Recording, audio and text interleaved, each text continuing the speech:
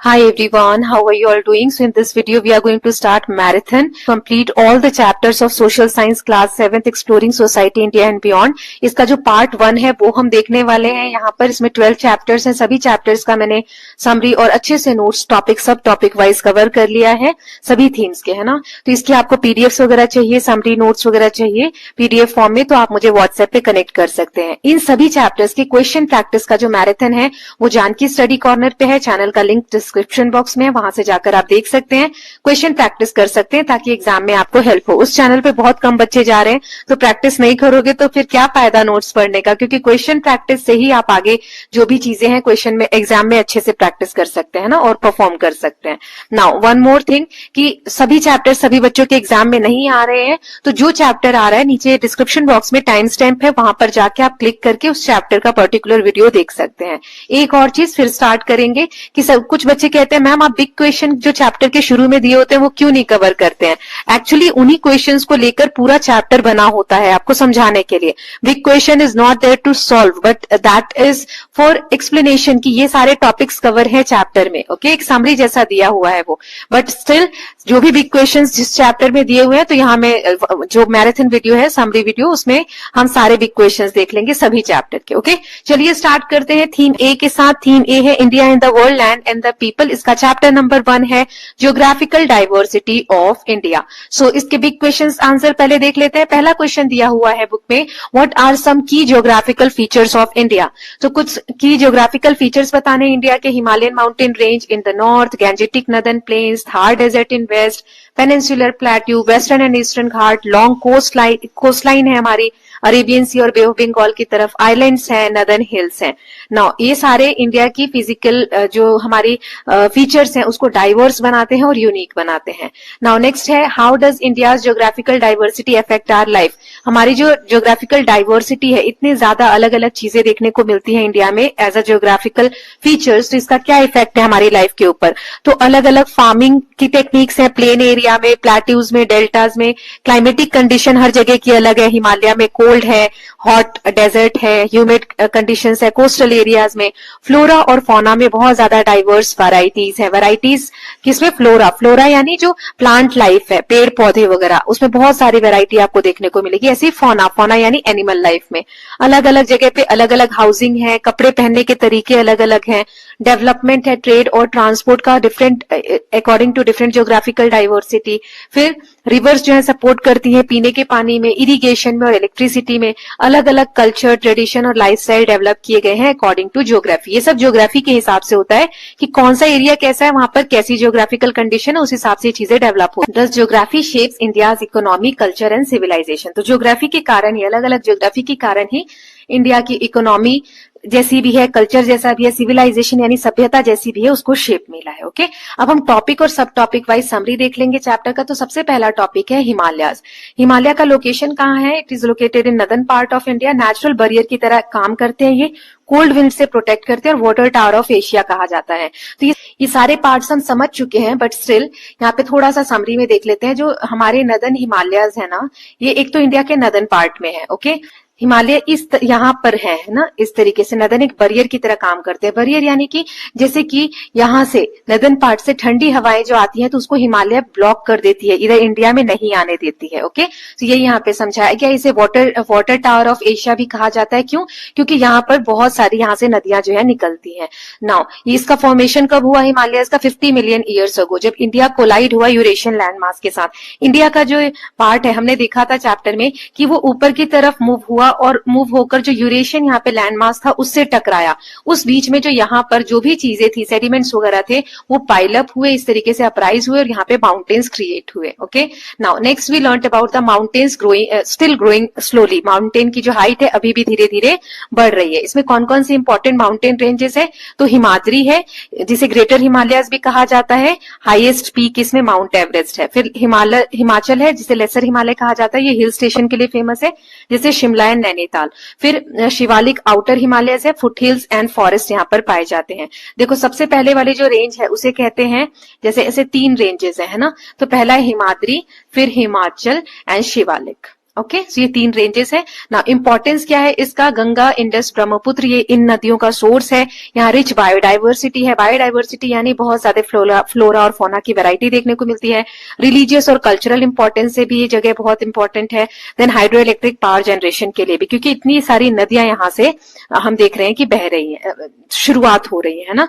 Then cold desert of India, ऐसा नहीं desert hot ही होते हैं, डेजर्ट कोल्ड भी होते हैं, जैसे कि लद्दाख के बारे में हमने पढ़ा था, कोल्ड डेजर्ट ऑफ इंडिया है ये, है ना। यहाँ पे बहुत ठंडा टेम्परेचर रहता है। तो चलिए देख लेते हैं। So very low rainfall, temperature -30 degree Celsius तक रहता है। रग्ड लैंडस्केप है, मून लैंड, रग्ड यानी कि मतलब ऐसा नहीं है स्मूथ लैंड है, रग्ड टोपोग्राफी या मून लैंड। मून का जब आप पिक्चर देखते हैं तो उसमें बहुत सारे क्रेटर्स ऐसे गड्ढे बने रहते हैं ना, प्लेन एरिया नहीं है, तो ये भी रग्ड टोपोग्राफी यहाँ पे देखने को मिलती है। पेंगोंगसो लेक है, यहाँ सॉल्टी वाटर लेक है। वाइल्ड लाइफ स्नो लेपर्ड, याक देखने को मिलते हैं। फेमस फेस्टिवल यहाँ का लोजार और हेमिस है। नाउ अब प्लेन एरिया की बात करते हैं, गैंजेटिक प्लेन। तो यहाँ पर जो नदर्न प्लेन वाला एरिया है हमारे इंडिया का, उसके बारे में बताया गया है। ये इस तरीके से कुछ फैला है ना, ये इंडिया के यहाँ पर। तो ये फ्लैट और फर्टाइल लैंड है। नदियां जो अपने साथ डिपोजिट बहाकर लाती हैं एलुवियल सॉइल, वो यहाँ आकर डिपोजिट कर देते हैं। जैसे नदियां ऐसे बहकर आती हैं और यहाँ जो भी नदी का जो मुहाना है जहाँ पे एंड है, वहां अपने साथ लाए हुए डिपोजिट जो मटेरियल है उसको डिपोजिट कर देती है। उसके कारण से ये फर्टाइल लैंड बना है और ये एलुवियल सॉइल यहाँ पर देखने को मिलता है। ओके, एलुवियल सॉइल ये यहाँ लिखा है। डेंसली पॉपुलेटेड एरिया है। क्यों ज्यादा पॉपुलेशन है यहाँ पर? क्योंकि बहुत ज्यादा प्लेन एरिया है तो अच्छी खेती होती है, जिसके कारण से पॉपुलेशन जो है सर्वाइव कर पाती है। इंपॉर्टेंट रिवर्स यहाँ से जो भी ये प्लेन क्रिएट करिए, गंगा, यमुना, ब्रह्मपुत्र, इंडस। इंपॉर्टेंस क्या है इसका? एग्रीकल्चर रीजन है मेन, क्योंकि खेती बहुत अच्छी होती है यहाँ। मल्टी क्रॉपिंग पॉसिबल, मतलब ऐसा नहीं एक ही टाइप की खेती होती है, बहुत सारे क्रॉप्स उगाई जाती हैं। डेवलप ट्रांसपोर्ट सिस्टम है। मेजर सिटीज इस एरिया में लोकेटेड है। क्या आप कोई एक सिटी का एग्जांपल मुझे दे सकते हैं? नाउ थार डेजर्ट के बारे में पढ़ते हैं। तो इसका लोकेशन कहाँ पर है? ये जो इंडिया का इधर वाला पार्ट है, यहाँ पर ये राजस्थान वाला पार्ट है ना, थोड़ा गुजरात, फिर पंजाब, हरियाणा, तो ये वाला जो पार्ट है इधर ज्यादा ही ये मैंने कर दिया कुछ इस तरीके से, है ना। तो यहाँ पर थार डेजर्ट है, इसमें सैंड ड्यून्स बनते हैं। सैंड ड्यून्स क्या होता है बेटा? जैसे हवा अपने साथ जब रेत को उड़ाकर ले जाती है तो एक जगह जाके डिपोजिट करती जाती है ना, तो इस तरीके से हील जैसा, छोटे छोटे ऐसे हील्स जैसे क्रिएट हो जाते हैं, उन्हें हम सैंड ड्यून्स कहते हैं। यहाँ पर थार डेजर्ट में दिन बहुत गर्म होते हैं, रातें ठंडी होती हैं। स्कैरसिटी ऑफ वाटर, पानी की बहुत कमी होती है। इसी कारण, पानी की कमी के कारण लोगों ने बहुत अलग अलग तरीके की टेक्निक्स डेवलप कर ली हैं। जैसे कि जो भी पानी उनको मिलता है, चाहे बारिश से चाहे जैसे भी, तो उन्हें वो टंकास, कुंड बनाकर कंजर्व कर लेते हैं। स्पेशल क्लॉथिंग उन्होंने अपनाई है। कैमल ट्रांसपोर्ट, क्योंकि रेत वाली जगह पर गाड़ी वगैरह चलना बहुत टफ होता है, तो वहां कैमल को रेगिस्तान का जहाज भी कहा जाता है, तो कैमल के थ्रू ट्रांसपोर्ट किया जाता है। जैसलमेर को गोल्डन सिटी के नाम से जाना जाता है ना। अरावली हिल्स के बारे में जानते हैं। अरावली हिल्स अभी बहुत ज्यादा न्यूज में था। क्या कोई बताएगा क्यों था न्यूज में और किस कारण से इसको इतना ज्यादा, अभी हम लोग इसके ऊपर बातचीत कर रहे थे थोड़े समय पहले। सो अरावली हिल्स जो है, मान लो यहाँ पर अरावली हिल्स है, तो ये क्या करते हैं? अभी हमने देखा यहाँ हमारे थार डेजर्ट्स है ना, थार डेजर्ट्स है, तो यहाँ की रेत को इस तरफ आने से प्रोटेक्ट करते हैं, नहीं आने देते। ये हिल्स कुछ इस तरीके से हैं, तो एक बैरियर की तरह, एक रुकावट की तरह काम करते हैं। नहीं तो ये जो डेजर्ट यहाँ पर है, ये इधर ईस्टर्न पार्ट में फैल जाएगा, है ना। रेत अपने साथ हवा बहा कर लाएगी और वो फिर अलग जगह डिपोजिट करेगी, राइट। सो ये एक ओल्डेस्ट माउंटेन रेंज है। ये बैरियर की तरह, रुकावट की तरह काम करता है, प्रिवेंट करता है कि डेजर्ट एक्सपैंड ना हो। Rich in minerals, zinc, marble, copper, ये सब यहाँ पाया जाता है। और कुंभलगढ़ एक फोर्ट है, हिस्टोरिक फोर्ट है, वो यहाँ पर देखने को मिलता है। नाउ पेनिनसुलर प्लेट्यू के बारे में हमने पढ़ा था। तो पेनिनसुलर प्लेट्यू क्या है? एक एलिवेटेड फ्लैट लैंड है। सबसे पहले बेटा प्लेट्यू होता क्या है? तो प्लेट्यू यानी कि एक टेबल लैंड बोलते हैं या फ्लैट लैंड बोलते हैं, है ना। तो इसमें जो क्रिएशन होता है वो कुछ इस तरीके का रहता है, मतलब स्टीप स्लोप्स रहती हैं, ऊपर फ्लैट लैंड रहता है ना। सो यहाँ पर जो हमारा ये वाला एरिया है इंडिया का सदर्न वाला, यहाँ पर ये जो है इसे कहते हैं पेनिनसुलर प्लेट्यू। 3 साइड से पानी से घिरा हुआ है, इसीलिए इसे पेनिनसुला बोलते हैं। सो प्लेट्यू एक एलिवेटेड फ्लैट लैंड होता है। इसका ट्रायंगुलर शेप है, यहाँ देखो ट्रायंगुलर शेप है ना, ये वाला। Then surrounded by water on 3 side, तीनों साइड पानी से घिरा हुआ है। तो कौन कौन सी वाटर बॉडीज है यहाँ पर? यहाँ अरेबियन सी है, नीचे इंडिया के क्या है? इंडियन ओशियन है, और इधर क्या है? बे ऑफ बंगाल है। ओके, नाउ नेक्स्ट देखते हैं। सो ये वेरी ओल्ड लैंड मास है, बहुत पुराना लैंड मास है। वेस्टर्न घाट यहाँ पर हमें देखने को मिलते हैं। तो वेस्टर्न घाट वेस्ट साइड में है और ईस्टर्न घाट कहाँ है? ईस्ट साइड में है। तो जैसे यहाँ इंडिया का ये वाला पार्ट है, एक सेकेंड, ऐसे, तो यहाँ पर हमें क्या देखने को मिलते हैं, वेस्टर्न घाट जो कंटिन्यूअस रेंजेस है, और इधर ईस्टर्न घाट है। ईस्टर्न घाट ऐसे ब्रेक है, मतलब कंटिन्यूअस नहीं है, बीच बीच में गैप्स है ना। तो वही लिखा है यहाँ पे, टॉलर रेंजेस है वेस्टर्न घाट में इधर की तरफ, और हैवी रेनफॉल होती है, यूनेस्को वर्ल्ड हेरिटेज साइट है, और रिच बायोडाइवर्सिटी है। बायोडाइवर्सिटी में बार बार बता रही हूँ कि उस एरिया में फ्लोरा फौना, मतलब जीव जंतु या पेड़ पौधों की जो वेराइटीज है वो कितनी ज्यादा है, तो यहाँ बहुत रिच है। ईस्टर्न घाट में लोअर और ब्रोकन हिल्स है, मतलब इतनी हाईएस्ट पीक यहाँ ईस्टर्न घाट में नहीं देखने को मिलती है, इधर लोअर और ब्रोकन हिल्स है, मतलब टुकड़ों में है ना। इंपॉर्टेंट जो रिवर्स है वो है गोदावरी, कृष्णा, महानदी, और वेस्ट फ्लोइंग है Narmada and Tapi. East flowing west flowing क्या होता है, ईस्ट फ्लोइंग मतलब कौन सी नदी, इधर ईस्ट है इधर वेस्ट है, तो जो ईस्ट की तरफ बहती है उसे हम ईस्टर्न फ्लोइंग कहते हैं, जो वेस्ट की तरफ जैसे नर्मदा और तापी बहती है तो उसे हम वेस्टर्न फ्लोइंग नदियां कहते हैं। रिसोर्सेज यहाँ पर बहुत रिच रिसोर्सेज पाए जाते हैं, यहाँ कोल माइंस है, फॉरेस्ट है, और ट्राइबल कम्युनिटीज का यहाँ पे बहुत ज्यादा इंपॉर्टेंस है। नाउ इंडिया की कोस्ट लाइन के बारे में पढ़ते हैं, तो जो अभी हमने ईस्टर्न और वेस्टर्न घाट ड्रॉ किया उसके भी साइड में, जैसे कि यहाँ मैंने ड्रॉ किया अभी आपके लिए, एक सेकेंड, ऐसे यहाँ वेस्टर्न घाट ड्रॉ किया, यहाँ ईस्टर्न घाट ड्रॉ किया है ना, तो इसके साइड में जो एरिया है, मतलब ये वाला इसे कहते हैं कोस्टल प्लेन, है ना, जो कोस्ट के अराउंड है, समुद्र के किनारे है, तो उसे कहते हैं कोस्टल प्लेन। तो ये हो गया वेस्टर्न कोस्टल प्लेन और ये हो गया ईस्टर्न कोस्टल प्लेन। ओके, सो वेस्टर्न कोस्टल जो है यहाँ पे एस्चुरीज बनते हैं, मेजर पोर्ट है, यहाँ बहुत सारे पोर्ट्स आपको डेवलप हुए मिल जाएंगे। और वेस्टर्न साइड में, आप ईस्टर्न साइड में जाओगे तो यहाँ पे वाइड प्लेन है, बहुत सारी नदियां इधर की तरफ आती हैं, डिपोजिट करती हैं, डेल्टा बनाती है। डेल्टा मतलब जैसे नदी यहाँ पर आई और यहाँ पे डिपोजिट करती है मिट्टी वगैरह, है ना, तो यहाँ मिट्टी के कारण ये एक फ्लो में सीधा नहीं बह पाती है, बट जाती है इस तरीके से, है ना। तो एक ट्री जैसा स्ट्रक्चर आपको देखने को मिलता है नदियों के मुहाने पे, तो उसी को कहा जाता है डेल्टा, है ना। यहाँ बहुत वाइड प्लेन्स देखने को मिलते हैं। इस साइड क्या है, पोर्ट्स, और इस साइड क्या है, प्लेन्स।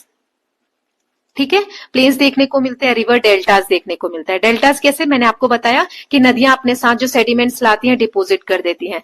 गोदावरी, कृष्णा, कावेरी, ये सारी नदियां इधर डेल्टास क्रिएट करती हैं। बहुत फर्टाइल लैंड है यहाँ का, है ना, क्योंकि नदियां अपने साथ सेडिमेंटेशन डिपोजिट कर रही हैं। नाउ नेक्स्ट देखते हैं, अब इंडिया के आइलैंड ग्रुप्स की बात करते हैं। तो जैसे इंडिया का सदर्न पार्ट यहाँ ड्रॉ किया, तो यहाँ पर लक्षद्वीप आइलैंड ग्रुप्स है और यहाँ पर अंडमान निकोबार आइलैंड ग्रुप्स है ना। तो लक्षद्वीप क्या है, कोरल आइलैंड्स है, एक तरीके के जीव होते हैं जिनसे कि आइलैंड बना हुआ है, अरेबियन सी में पाया जाता है। इधर क्या है, अरेबियन सी, इधर क्या है, बे ऑफ बंगाल, है ना। सो फिशिंग एंड मरीन रिसोर्सेज के लिए रिच है। अंडमान निकोबार जो है वोल्केनिक आइलैंड है, यहाँ पर एक एक्टिव वोल्केनो भी है जिसे क्या कहा जाता है, बैरन आइलैंड। बैरन आइलैंड पे एक एक्टिव वोल्केनो है।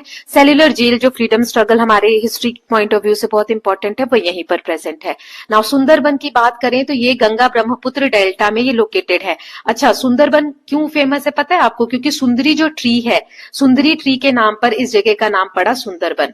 अब ये कहाँ पर है, तो जैसे इंडिया बांग्लादेश वाला पार्ट देखते हैं, है ना। सो यहाँ से गंगा नदी बहकर आती है यहाँ से, और यहाँ से ब्रह्मपुत्र, ये दोनों नदियां जब यहाँ आकर मिल जाती हैं बांग्लादेश में, जैसे गंगा यहाँ से बहकर आ रही है, ब्रह्मपुत्र यहाँ से, बांग्लादेश में जब मिलती हैं तो इसे मेघना कहते हैं। आपके बुक में नहीं है बट फॉर इंफॉर्मेशन, ये यहाँ जो डेल्टा क्रिएट करती है इसे गंगा ब्रह्मपुत्र डेल्टा कहते हैं। यहाँ पर बहुत सारे पेड़ जो है, मैनग्रोव ट्रीज आपको देखने को मिलते हैं।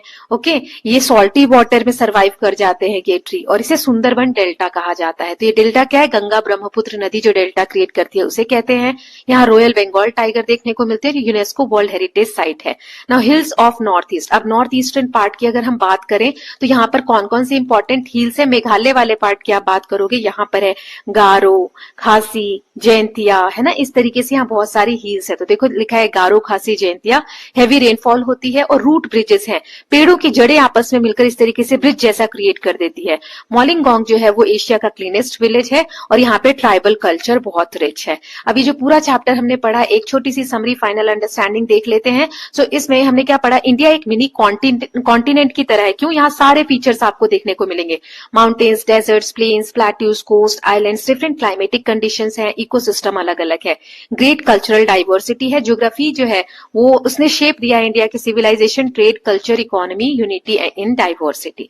ठीक है, तो इसके साथ हमारा चैप्टर 1 कवर हो गया है। अब हम थीम ए का चैप्टर 2 देखेंगे, understanding the weather. So let us just start. तो बिग क्वेश्चन इसका पहले कवर कर लेते हैं। पहला है how can we measure and monitor the weather around us. हम अपने आसपास के जो वेदर कंडीशन है, मौसम है, उसको कैसे नाप सकते हैं। सो ये इंस्ट्रूमेंट है, जैसे थर्मोमीटर से हम टेम्परेचर नापते हैं, रेन गेज से हम रेनफॉल प्रेसिपिटेशन जो है उसको नापते हैं, एनीमोमीटर से विंड की स्पीड नापते हैं, विंड वेन से हम विंड की डायरेक्शन देखते हैं, बैरोमीटर से एटमोस्फेरिक प्रेशर नापते हैं, हाइग्रोमीटर से ह्यूमिडिटी नापते हैं। ये वाला जो पेज है ना बेटा, इसमें से एक ना एक क्वेश्चन आता है, तो इसको आप बहुत बहुत बहुत ध्यान से इसको याद करिएगा, है ना। ये जो इंस्ट्रूमेंट्स है इनको साथ में वेदर स्टेशन में यूज करके वेदर प्रेडिक्शन वगैरह जो है वो किया जाता है। मेट्रोलॉजिस्ट जो होते हैं डेटा रेगुलरली कलेक्ट करते हैं, एनालाइज करते हैं और वेदर पैटर्न बताते हैं, है ना। नाउ नेक्स्ट देखते हैं हाउ डू वेदर प्रेडिक्शन, अगर वेदर को प्रिडिक्ट कर लिया जाए, पहले से अनुमान लगा लिया जाए, तो कैसे प्रिपेयर करते हैं इवेंट्स। मान लो हैवी रेन हो रही है, स्टॉर्म तूफान आ रहा है, सूखा पड़ने वाला या हीट वेव्स आ रही है, तो कैसे प्रेडिक्शन हेल्प करती है। तो वेदर प्रेडिक्शन हेल्प करते हैं giving early warning for cyclone, floods and storms. Warning fisherman की आप समुद्र में मत जाइए, तूफान आने वाला है, ये सब तभी तो पता चलता है।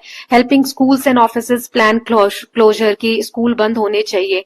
फार्मर्स की क्रॉप्स जो है उनको प्रोटेक्ट कर सकते हैं फार्मर्स। गवर्नमेंट को अलाउ करते हैं कि रेस्क्यू टीम को पहले से प्रिपेयर कर सके। वार्निंग देते हैं लोगों को कि हीट वेव्स, कोल्ड वेव्स आ रहे हैं तो नुकसान पहुंचा सकते हैं, तो घरों में रहें। सो दस वेदर फोरकास्टिंग जो है लाइफ को सेव करते हैं और डैमेज को कम करते हैं, रिड्यूस करते हैं। ओके, नाउ टॉपिक एंड सब टॉपिक वाइज हम इसकी समरी देख लेते हैं। तो पहला क्या हमने पढ़ा था, वेदर क्या होता है। सो डेफिनेशन देख लेते हैं। Weather is condition of atmosphere at a particular time and place. Atmosphere में गैसेस की लेयर होती है अर्थ के अराउंड। फिर इसमें क्या है, weather occurs mainly in troposphere. Troposphere की जो हाइट है 6 से 18 किलोमीटर है। मतलब जैसे हमारी अर्थ के अराउंड एक कवर है, जैसे अर्थ है तो इसके अराउंड कवर है एयर का, है ना, इसे एटमोस्फेयर कहते हैं। ठीक है, अब इसमें लेयर्स होती है, ट्रोपोस्फेयर, स्ट्रेटोस्फेयर, है ना। तो जो पहली लेयर है जो कि 6 से 18 किलोमीटर अर्थ से इसकी ऊंचाई है, तो वहां पर जो सारा हमारा एटमोस्फेयर है वो पाया जाता है। ठीक है, वेदर इसी एरिया में होता है, इसके ऊपर जाओगे तो वेदर कंडीशन नहीं है।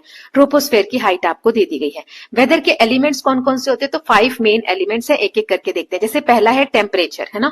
सो टेम्परेचर बताता है कि कितनी गर्म या ठंडी हवा है ना, हाउ हॉट और कोल्ड द एयर इज। इसको हम सेल्सियस या फ़ारेनहाइट में नापते हैं, थर्मोमीटर से नापा जाता है। इंपॉर्टेंट जो टर्म्स है, जैसे मैक्सिमम मिनिमम रेंज निकालते हैं टेम्परेचर की, मतलब मैक्सिमम में से मिनिमम को माइनस कर दो। मीन डेली टेम्परेचर निकालना है तो मैक्सिमम और मिनिमम जहां जिस भी एरिया का निकाल रहे हो उसे आप ऐड कर दो, 2 से डिवाइड कर दो, तो मीन डेली टेम्परेचर आ जाता है। देन प्रेसिपिटेशन दूसरा हमारा एलिमेंट है। प्रेसिपिटेशन मतलब बारिश, किसी भी तरीके से पानी जब आसमान से गिर रहा हो तो उसे हम प्रेसिपिटेशन कहते हैं, चाहे वो रेन के फॉर्म में हो, स्नो के, स्लीट के या हेल के फॉर्म में हो। इसे रेन गेज से नापा जाता है। मेजर इन मिलीमीटर, मिलीमीटर में नापा जाता है। जैसे 5 mm rainfall means water collected is 5 mm high. Now next है एलिमेंट एटमॉस्फेरिक प्रेशर। तो ये एटमॉस्फेरिक प्रेशर मतलब क्या होता है कि एयर कितना प्रेशर जनरेट कर रही है अर्थ के एक जगह पर, है ना, पर यूनिट एरिया, तो उसे मिलीबार्स में नापा जाता है। और इंस्ट्रूमेंट क्या, बैरोमीटर से नापा जाता है। जैसे नॉर्मल प्रेशर सी लेवल पे क्या है 1013 मिलीबार, और जो 1000 मिलीबार से नीचे 1000 मिलीबार से नीचे जाता है तो उसे लो प्रेशर डिप्रेशन कहते हैं। लो प्रेशर के कारण स्टॉर्म्स आते हैं, साइक्लोन्स आते हैं। प्रेशर जो है वो हाई ऑल्टीट्यूड्स पे, ऑल्टीट्यूड्स मतलब जैसे ऊंचाई पे आप जाते हो पहाड़ वगैरह पे, तो जैसे जैसे ऊपर जाते हो एयर थिन होने लग जाती है ना, एयर थिनिंग होने लगती है और यहाँ पे आपको सांस लेने में कठिनाई होती है, प्रेशर जो है वो कम होने लगता है। नाउ देन नेक्स्ट एलिमेंट है विंड। विंड क्या करती है, movement of air from high pressure to low pressure is called wind. जब हाई प्रेशर से लो प्रेशर की तरफ हवा मूव करती है तो उसी को क्या कहते हैं, हम विंड कहते हैं। ठीक है, 2 इंपॉर्टेंट फैक्टर्स हैं, विंड स्पीड, विंड डायरेक्शन। तो एक तो विंड की स्पीड कैसी है, विंड की डायरेक्शन कैसी है। तो स्पीड को नापने के लिए अलग इंस्ट्रूमेंट होता है और डायरेक्शन को नापने के लिए अलग। जैसे विंड वेन से डायरेक्शन नापते हैं, एनीमोमीटर से स्पीड नापते हैं। सो ये हेल्प करते हैं वेदर प्रिडिक्शन करने में और इंपॉर्टेंट होते हैं पायलट और सेलर्स के लिए, है ना, और फार्मर्स के लिए। नाउ ह्यूमिडिटी नेक्स्ट हमारा एलिमेंट है। तो ह्यूमिडिटी मतलब होता है वाटर वेपर कितना प्रेजेंट है एयर में, इसे रिलेटिव ह्यूमिडिटी के या परसेंटेज के फॉर्म में नापते हैं। हाइग्रोमीटर से इसको नापा जाता है। 0% ह्यूमिडिटी मतलब कोई मॉइस्चर नहीं है, इम्पॉसिबल नेचुरली ऐसा नहीं होता, एयर में थोड़ा ना थोड़ा मॉइस्चर होता है। 100% ह्यूमिडिटी मतलब फुली सैचुरेटेड एयर है, अब इसमें और ज्यादा वाटर वेपर नहीं आ सकते, सैचुरेशन पॉइंट रीच हो गया है। 20 to 40% ह्यूमिडिटी मतलब ड्राई वेदर होगा। 60 to 80% ह्यूमिडिटी यानी ह्यूमिड वेदर होगा, इसमें जो मॉइस्चर है एयर में वो बहुत ज्यादा होगा, है ना। देन नेक्स्ट है इफेक्ट्स क्या क्या होता है। तो हाई ह्यूमिडिटी से स्वेटिंग ज्यादा आती है। अगर ह्यूमिडिटी ज्यादा है मतलब ह्यूमिड वेदर है, 60-80% ह्यूमिडिटी है, तो आपको पसीना बहुत ज्यादा आएगा, जैसे गर्मी में होता है। सूख ही नहीं सकती ना, हवा में ऑलरेडी पानी भाप की मात्रा ज्यादा है, तो आपका जो पसीना आ रहा है वो हवा नहीं सूख पा रही है, सुखा पा रही है, इसीलिए आपको जो स्वेटिंग है वो ज्यादा होती है और गीले कपड़े धीरे धीरे सूखते हैं। नाउ नेक्स्ट है वेदर स्टेशन। तो वेदर स्टेशन क्या होते हैं? Place where all instruments are kept together. ये वेदर को समझने वाले, प्रिडिक्ट करने वाले सारे इंस्ट्रूमेंट साथ में रखे जाते हैं, डेटा रिकॉर्ड किया जाता है रेगुलर इंटरवल्स पे। ऑटोमेटेड वेदर स्टेशन AWS के बारे में पढ़ा था कि एग्रीकल्चर में, एविएशन में, डिजास्टर मैनेजमेंट में यूज होते हैं। इनको एक एग्जाम्पल दिया था कि AWS इंस्टॉल किया गया है glacier lake in Sikkim. Now predicting the weather, weather के बारे में अनुमान लगाना ये कौन करता है? Who predicts? मेट्रोलॉजिस्ट। कैसे? लॉन्ग टर्म डेटा कलेक्ट करते हैं, पैटर्न एनालाइज करते हैं और साइंटिफिक मेथड यूज करते हैं। ये किस चीज के लिए इंपॉर्टेंट है? क्योंकि हम प्रिपेयर कर सकते हैं साइक्लोन से, फ्लड, ड्रॉट्स और हीट वेव से, कोल्ड वेव से। वार्निंग लेवल्स क्या है? एक तो नो वार्निंग, वॉच, अलर्ट और वार्निंग। पहले आप वॉच कर रहे हो, अलर्ट दे रहे हो, फिर वार्निंग दे रहे हो। देन नेक्स्ट है weather and daily life. Daily life में क्या इफेक्ट है कि जिस जगह का जैसा वेदर होगा, क्लोथिंग चॉइस वैसी होगी, farming, travel plans, fishing, disaster management, industrial process, museum preservation, so ये सारी चीजें भी वहां के वेदर पे डिपेंड करती है डेली लाइफ की। नाउ फाइनल एक समरी देख लेते हैं। तो वेदर क्या है? डे टू डे कंडीशन है एटमोस्फेयर की, ये डिपेंड करती है एटमोस्फेयर। वेदर डिपेंड करता है कि टेम्परेचर कैसा है, प्रेसिपिटेशन, प्रेशर, विंड या ह्यूमिडिटी कैसी है। ये मेजर किया जाता है using scientific instrument. Forecasting helps in saving lives and planning activities. Now with this we are done with chapter number 2। अब थीम ए का last chapter climates of India देख लेते हैं। चलिए स्टार्ट करते हैं। चलिए चैप्टर 3 स्टार्ट करते हैं, क्लाइमेट्स ऑफ इंडिया। इसके बिग क्वेश्चन के आंसर्स देख लेते हैं। What makes India's climate so diverse? India के क्लाइमेट क्या है ऐसा कि जो इसको इतना डाइवर्स बनाता है? तो सबसे पहले लैटिट्यूड। साउथ इंडिया जो है वो इक्वेटर के पास में है। इक्वेटर के पास जो जगह होती है वो गर्म होती है। नॉर्थ इंडिया जो है वो कूलर है क्योंकि इक्वेटर से दूर है। अगर आप अर्थ इस तरीके से देखते हैं तो अर्थ को बीचों बीच से एक इमेजिनरी लाइन ऐसे क्रॉस करती है जिसे 0 डिग्री इक्वेटर कहते हैं। तो इंडिया का आप लोकेशन देखोगे ना तो कुछ इस तरीके से है। तो ये जो सदर्न इंडिया है, साउथ वाला पार्ट है इंडिया का, वो इक्वेटर के पास है, इसीलिए वार्मर है। ठीक है। और जो नॉर्थ वाला पार्ट है इंडिया का, यहाँ पर हिमालयस वगैरह, वो दूर है इक्वेटर से, इस कारण से यहाँ पर जो टेम्परेचर है वो कूलर है। ऑल्टीट्यूड यानी हायर प्लेसेस जैसे लेह, शिमला, ये कोल्डर है ना। एक तो हाइट के हिसाब से भी टेम्परेचर होता है। Then distance from the sea. Coastal area जो होते हैं, समुद्र के किनारे के जो एरियाज हैं, वो सारे कैसे होते हैं? मतलब मॉडरेट होते हैं। यहाँ पर मॉडरेट क्लाइमेट पाया जाता है, ना बहुत गर्मी ना बहुत ज्यादा ठंड। लेकिन जो एक्सट्रीम टेम्परेचर जैसे जैसे समुद्र से दूरी होती जाएगी, तो यहाँ नदर्न पार्ट में आप इंडिया के जाओगे तो यहाँ पे एक्सट्रीम ठंडी, एक्सट्रीम गर्मी पाई जाती है। विंड्स जो है hot desert winds, cold Himalayan winds and monsoon winds, ये भी अफेक्ट करते हैं क्लाइमेट को। टोपोग्राफी, टोपोग्राफी जो है इंडिया की, जैसे माउंटेन्स विंड को ब्लॉक करते हैं, डेजर्ट्स अलाउ करते हैं हॉट विंड को फ्रीली मूव करने में, तो टोपोग्राफी भी इम्पैक्ट करती है। तो ये सारे फैक्टर साथ में मिलकर together create different climate across India. India के अलग अलग क्लाइमेट को क्रिएट करते हैं। नाउ सेकेंड वाला जो क्वेश्चन था वो है What are monsoon and how are they formed? Monsoon क्या है और ये कैसे फॉर्म होता है? तो मानसून क्या है? एक सीजनल विंड है जिसे अरेबिक वर्ड मौसिम से लिया गया है। ये जो मानसून वर्ड है मौसिम से आया है। ये डिफरेंट हीटिंग और लैंड, जो हीटिंग होती है लैंड मास की और सी की, उसके कारण से होता है। जैसे समर में क्या होता है? लैंड जल्दी हीट हो जाती है, लो प्रेशर फॉर्म होता है, और ओशन में हाई प्रेशर फॉर्म होता है। जैसे यहाँ पर अगर आप बात करो तो यहाँ हाई प्रेशर होता है समुद्र में। देखो टेम्परेचर और प्रेशर ये दोनों इनवर्स होते हैं। टेम्परेचर ज्यादा होगा तो प्रेशर कम होगा, प्रेशर ज्यादा होगा तो टेम्परेचर कम होगा। ठीक है। सो यहाँ पर क्या होता है? गर्मी के समय की बात हो रही है ना, समर सीजन में आपको दिया हुआ है। समर में लैंड ज्यादा गर्म होती है तो टेम्परेचर ज्यादा है, यानी प्रेशर कैसा होगा? कम होगा समुद्र के कंपैरिजन में। समुद्र में प्रेशर कैसा होगा? हाई होगा। तो विंड का मूवमेंट क्या होता है? हाई प्रेशर से लो प्रेशर। तो यहाँ से मॉइस्चर लेकर, समुद्र से मॉइस्चर लेकर विंड जो है वो लैंड मास में इंडिया में जाती है, तो जिस कारण से वो रेनफॉल होता है। इसीलिए इसे क्या कहते हैं? मानसून विंड कहते हैं। Okay. So wind blows from sea to land, bring heavy rainfall, south west monsoon बोलते हैं। ठंड में अपोजिट हो जाता है, लैंड जो है जल्दी ठंडी हो जाती है एज कम्पेयर टू वाटर। तो फिर बारिश किधर से किधर होती है? नॉर्थ ईस्टर्न डायरेक्शन से। जो मानसून जो है रिट्रीट होता है, वो इस तरीके से विंड्स आने लग जाती है ना। सो इसीलिए नॉर्थ ईस्टर्न मानसून इसे कहते हैं। और इसमें विंड जो है लैंड से सी की तरफ बहती है। ठीक है। Monsoon are very important for agriculture in India. India में एग्रीकल्चर के लिए मानसून विंड्स बहुत ज्यादा इंपॉर्टेंट है। Now next is is what is the effect of climate on economy, culture and society. तो क्लाइमेट का इन सब चीजों पे क्या इफेक्ट पड़ता है, जैसे इकोनॉमी की अगर हम बात करें, इकोनॉमी जो इंडिया की है उसकी, तो एग्रीकल्चर पूरी तरीके से रेनफॉल पे अधिकतर डिपेंड है ना। अगर मानसून फेल हो जाए, मतलब बारिश ना आए, तो क्रॉप फेल हो जाते हैं, जिसके कारण इन्फ्लेशन यानी महंगाई बढ़ जाती है। फसल अच्छी नहीं होगी तो महंगाई बढ़ जाएगी, क्योंकि कम फसल है और खाने वाले लोग ज्यादा हैं, खरीदने वाले लोग ज्यादा हैं। इंडस्ट्री डिपेंड करती है वाटर पे एंड स्टेबल वेदर पे। फिर कल्चर में जैसे बहुत सारे फेस्टिवल लिंक है सीजन से, जैसे Baisakhi, Pongal, Onam, Lohri, Bihu, right. Seasonal foods होते हैं अलग अलग, क्लॉथ्स चेंज होते हैं सीजन के हिसाब से। सोसाइटी की बात करें तो माइग्रेशन ड्यूरिंग ड्रॉट, जैसे सूखा पड़ जाएगा तो फिर माइग्रेशन करते हैं लोग, एक जगह से दूसरी जगह पर मूव करने लग जाते हैं। देन नेक्स्ट है वाटर शॉर्टेज होने लगता है, डेली लाइफ को इफेक्ट होता है। क्लाइमेट जो है वो शेप देता है लाइफस्टाइल को और ऑक्यूपेशन को, किस जगह पे लोग क्या काम करेंगे वो क्लाइमेट डिसाइड करता है।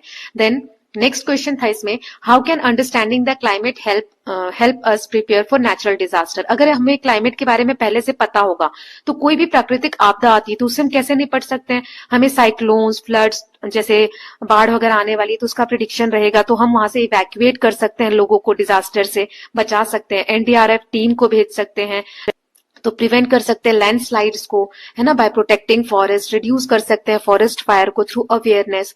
Now preparedness reduces damage and save life, तो अगर हम प्रिपेयर्ड हैं तो डैमेज कम हो सकता है, लाइफ जो है वो बच सकती है।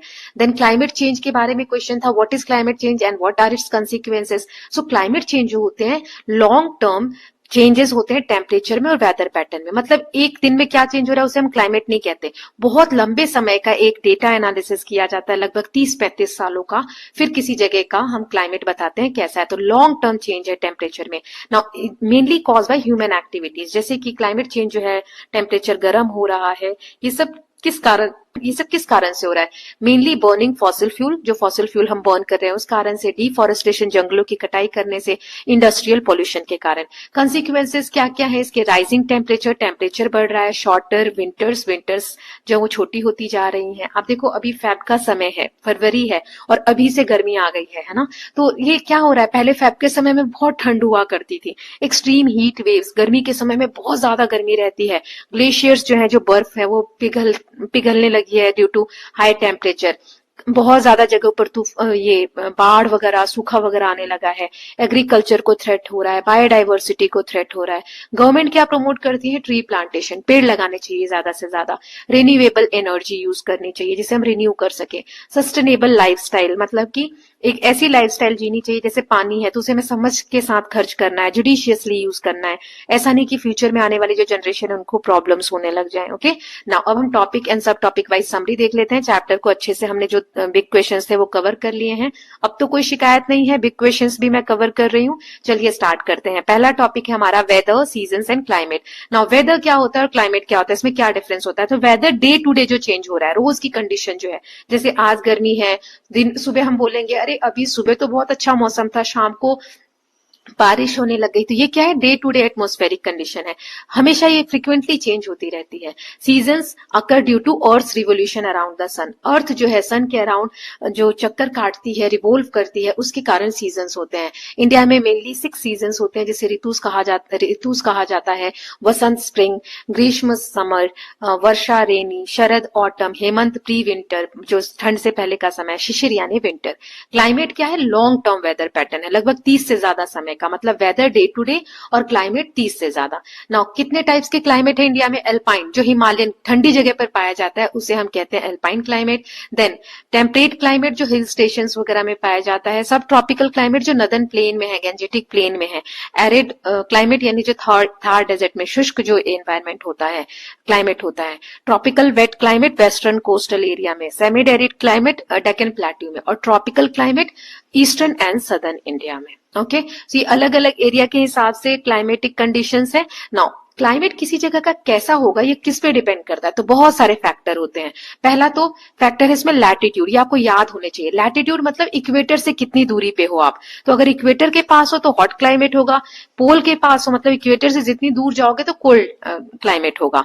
ये क्यों होता है, एंगल्स ऑफ सन रेज की वजह से। जैसे सन, ये अर्थ है, ठीक है, तो सन यहाँ है, सूरज यहाँ है, तो इसकी जो रेज आएंगी अर्थ पे, तो यहाँ वाला जो पार्ट है ये इक्वेटर वाला, यहाँ क्या होगी रेज, देखो यहाँ पे एकदम सीधी है ना, और जब इधर जा रही है पोल के पास तो स्लैंट हो रही है, उसको ज्यादा एरिया में फैल रही है ना। तो इतनी ही अगर हम रेज की बात करें, देखो रेज सेम ही है ना, लेकिन ये रेज इतनी दूर में है और ये इतनी सी दूर में है, तो इंटेंसिटी ज्यादा होगी, है ना, इसी कारण से ना। ऑल्टीट्यूड, हायर ऑल्टीट्यूड, ऊंचाई पर आप जाओगे तो लोअर टेम्परेचर होगा, एयर जो है थिन होने लगती है हाई ऑल्टीट्यूड पे। फिर प्रॉक्सिमिटी टू सी, ये तीसरा कारण था, मतलब समुद्र के पास वाले जो एरिया, कोस्टल एरिया, वहां पे मॉडरेट माइल्ड क्लाइमेट होता है, बहुत ज्यादा एक्सट्रीमिटी नहीं देखने को मिलती है, और इनलैंड एरियाज जो है वहां एक्सट्रीम क्लाइमेट देखने को मिलते हैं। ओके, सी मॉडरेट्स टेम्परेचर, समुद्र के कारण टेम्परेचर क्या है, मॉडरेट हो जाता है। विंड्स नेक्स्ट फैक्टर है, हॉट विंड्स जो है वो हीट वेव लाती हैं, कोल्ड विंड्स जो है कोल्ड वेव लाती हैं, मॉइस्ट विंड जो है वो रेनफॉल लेकर आती हैं। देन टोपोग्राफी, मतलब किस जगह पे कैसा ज्योग्राफिकल फीचर है, माउंटेन्स अगर हैं तो विंड्स को ब्लॉक करती हैं, वेस्टर्न घाट है तो इन्फ्लुएंस करते हैं रेनफॉल को, देन फ्लैट डेजर्ट है तो हॉट विंड्स वहां पे अलाउ होती हैं ब्लो होने के लिए, और वहां पे फिर क्लाइमेटिक कंडीशन उसी हिसाब से होती है। माइक्रो क्लाइमेट क्या होता है, small local climate different from surrounding area, मतलब किसी एक जगह का क्लाइमेट चेंज हो रहा है ड्यू टू उसके सराउंडिंग कंडीशंस की वजह से। जैसे अर्बन हीट आइलैंड, जैसे दिल्ली का एग्जांपल ले लो, तो सिटी अपने आप पे बहुत गर्म है, उसके आसपास का एरिया ऐसा नहीं है, तो पर्टिकुलर एरिया, तो अर्बन हीट, ये क्या बन गया, एक अर्बन हीट आइलैंड बन गया। फॉरेस्ट एरिया का क्लाइमेट अलग होगा, फिर वैलीज का क्लाइमेट अलग होगा, ये आपको फैक्ट्स में दिया हुआ था चैप्टर में। देन मानसून, तो समर में मानसून साउथ वेस्ट मानसून होते हैं, अभी मैंने आपको ड्रॉ करके बताया था कि समर में क्या होता है, हीट ज्यादा, जो लैंड वाला पार्ट है वो ज्यादा गर्म होता है, के कारण से क्या होता है कि मॉइस्चर इस तरीके से, इधर साउथ है, इधर वेस्ट है, इधर नॉर्थ है और इधर ईस्ट है ना, तो साउथ और वेस्ट की इधर से हवा चलती है, जिसे साउथ वेस्ट मानसून कहा जाता है। जून में स्टार्ट होते हैं, नॉर्थवर्ड की तरफ बढ़ती है, वेस्टर्न घाट में सबसे पहले यहाँ पर बारिश होती है, यहाँ वेस्टर्न घाट है अपना, और डेक्कन प्लेटू में बहुत कम बारिश होती है। क्यों, क्योंकि यहाँ हमारा डेक्कन प्लेट्यू है, तो सारी बारिश इस साइड ही हो गई, वेस्टर्न घाट की वजह से उधर की तरफ जो है सूखा एरिया रह जाता है। फिर विंटर में, ठंड में ये बारिश इधर से रिटर्न होने लगती है, क्यों, क्योंकि समुद्र तब ज्यादा गर्म होता है, यहाँ लो प्रेशर होता है, यहाँ हाई प्रेशर होता है, तो नॉर्थ और ईस्ट से ये विंड रिटर्न हो रही है, इसे रिट्रीट मानसून भी कहते हैं, नॉर्थ ईस्ट मानसून भी कहते हैं। ड्राई विंड्स होती है, कुछ रेनफॉल जो है वो तमिलनाडु कोस्ट पे होता है इस वाले एरिया में। क्यों, जब विंड यहाँ से आ रही होती है तो कुछ मॉइस्चर यहाँ समुद्र से, बे ऑफ बंगाल से कैरी करती है, और फिर यहाँ पर तमिलनाडु वाले पार्ट में बारिश होती है। स्पेशल फैक्ट दिया था कि मौसिन राम जो है मेघालय में, वो हाईएस्ट रेनफॉल वहां पे होता है 11,000 millimetre. Now climate and disaster के बारे में हमने पढ़ा था, इसमें पहला टॉपिक था हमारा साइक्लोन। साइक्लोन लो प्रेशर, जब सी पे, समुद्र पे, यहाँ जो मैंने बताया कि लो प्रेशर क्रिएट हो रहा है, तो इसके कारण से विंड जो है वो बहुत ज्यादा स्पीड होती है, उसमें हैवी डैमेज क्रिएट होते हैं। सो आई जो ये साइक्लोन का सेंट्रल पार्ट होता है, जहां काम एरिया होता है, उसे हम कहते हैं eye of cyclone. Okay, now heavy damages create करते हैं साइक्लोन जब मूव होते हैं, तो आप सुनते होंगे न्यूज में कि साइक्लोन आ गया है ना, सदर्न पार्ट में ज्यादा, ईस्टर्न यहाँ पे बहुत ज्यादा इंपैक्ट करता है। देन आईएमडी से ट्रैक करते हैं इंडियन मेट्रोलॉजिकल डिपार्टमेंट, एनडीआरएफ जो है वो रेस्क्यू टीम की तरह वर्क करती है जहां पर भी नुकसान हो रहा है उस एरिया में। फ्लड्स की हम बात करें तो ये हैवी रेनफॉल और रिवर ओवरफ्लो हो जाए तो फ्लड्स आते हैं, जैसे बिहार, असम, केरला, इस जगह पे बहुत कॉमन है ये। ग्लेशियल बर्स्ट, यानी कि जो बर्फ जमी हुई है वो अगर बहुत तुरंत पिघलने लग जाए तो जिस कारण से भी फ्लड आ जाता है हिमालयन रीजन्स में।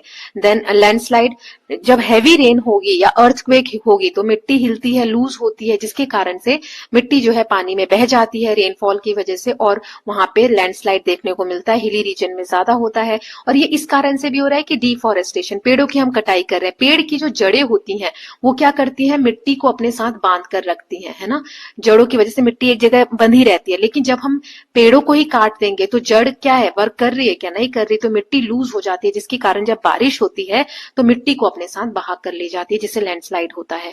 नाउ फॉरेस्ट फायर, ये ड्रॉट्स की वजह से, सूखे के कारण होता है कि जंगलों में आग लग जाती है, हीट के कारण, गर्मी के कारण, विंड के कारण और केयरलेसनेस के कारण। जैसे टूरिस्ट वगैरह जाते हैं और आग वगैरह जला के और वहां पर छोड़ देते हैं, है ना, तो उस कारण से भी ये होता है। Now destroy forest and wild life. तो फॉरेस्ट फायर की वजह से जंगल खत्म होते हैं, वाइल्ड लाइफ को नुकसान होता है। क्लाइमेट चेंज क्यों हो रहा है? फॉसिल फ्यूल बर्न करने की वजह से, डिफॉरेस्टेशन की वजह से, पोल्यूशन की वजह से, and excess consumption of the fossil fuel and all. इसके कारण भी एक्सेस कंज्यूम कर रहे हैं, किसी भी चीज को सस्टेनेबली यूज नहीं कर रहे हैं, जुडिशियसली यूज नहीं कर रहे हैं, तो जिस कारण से क्लाइमेट चेंज हो रहा है। ग्रीन हाउस इफेक्ट हमने देखा था कि कार्बन डाइऑक्साइड जो है वो ट्रैप हो रही है अर्थ के एटमोस्फेयर में, जिसके कारण से हीट जो है वो ज्यादा मात्रा में जनरेट हो रही है, ग्लोबल वार्मिंग हो रहा है। इसका सोल्यूशन क्या है? मिटिगेशन मतलब कम कर देना एमिशन को, जो हम पेट्रोल वगैरह ज्यादा जला रहे हैं, डीजल वगैरह, उसको कम कर देना, रिन्यूएबल एनर्जी यूज करना, ट्री प्लांट करना, सस्टेनेबल लाइफस्टाइल को फॉलो करना। ठीक, ओके, सो इसके साथ चैप्टर हो गया फाइनल अंडरस्टैंडिंग में। क्लाइमेट क्या है? इंडिया की इकोनॉमी, कल्चर और सोसाइटी को शेप करता है। मॉनसून जो है वो लाइफलाइन है एग्रीकल्चर का। डिजास्टर जो है वो लिंक है क्लाइमेट से। क्लाइमेट चेंज है major global challenge. Sustainable actions अगर हम लेते हैं तो ये जरूरी है, नेसेसरी फॉर फ्यूचर, आगे आने वाली जनरेशंस के लिए और आगे आने वाले समय के लिए। So with this we are done with theme A. अब हम थीम बी देखेंगे, टेपेस्ट्री ऑफ पास्ट। इसका चैप्टर नंबर 4, 5, 6 ये तीनों कवर करने वाले हैं।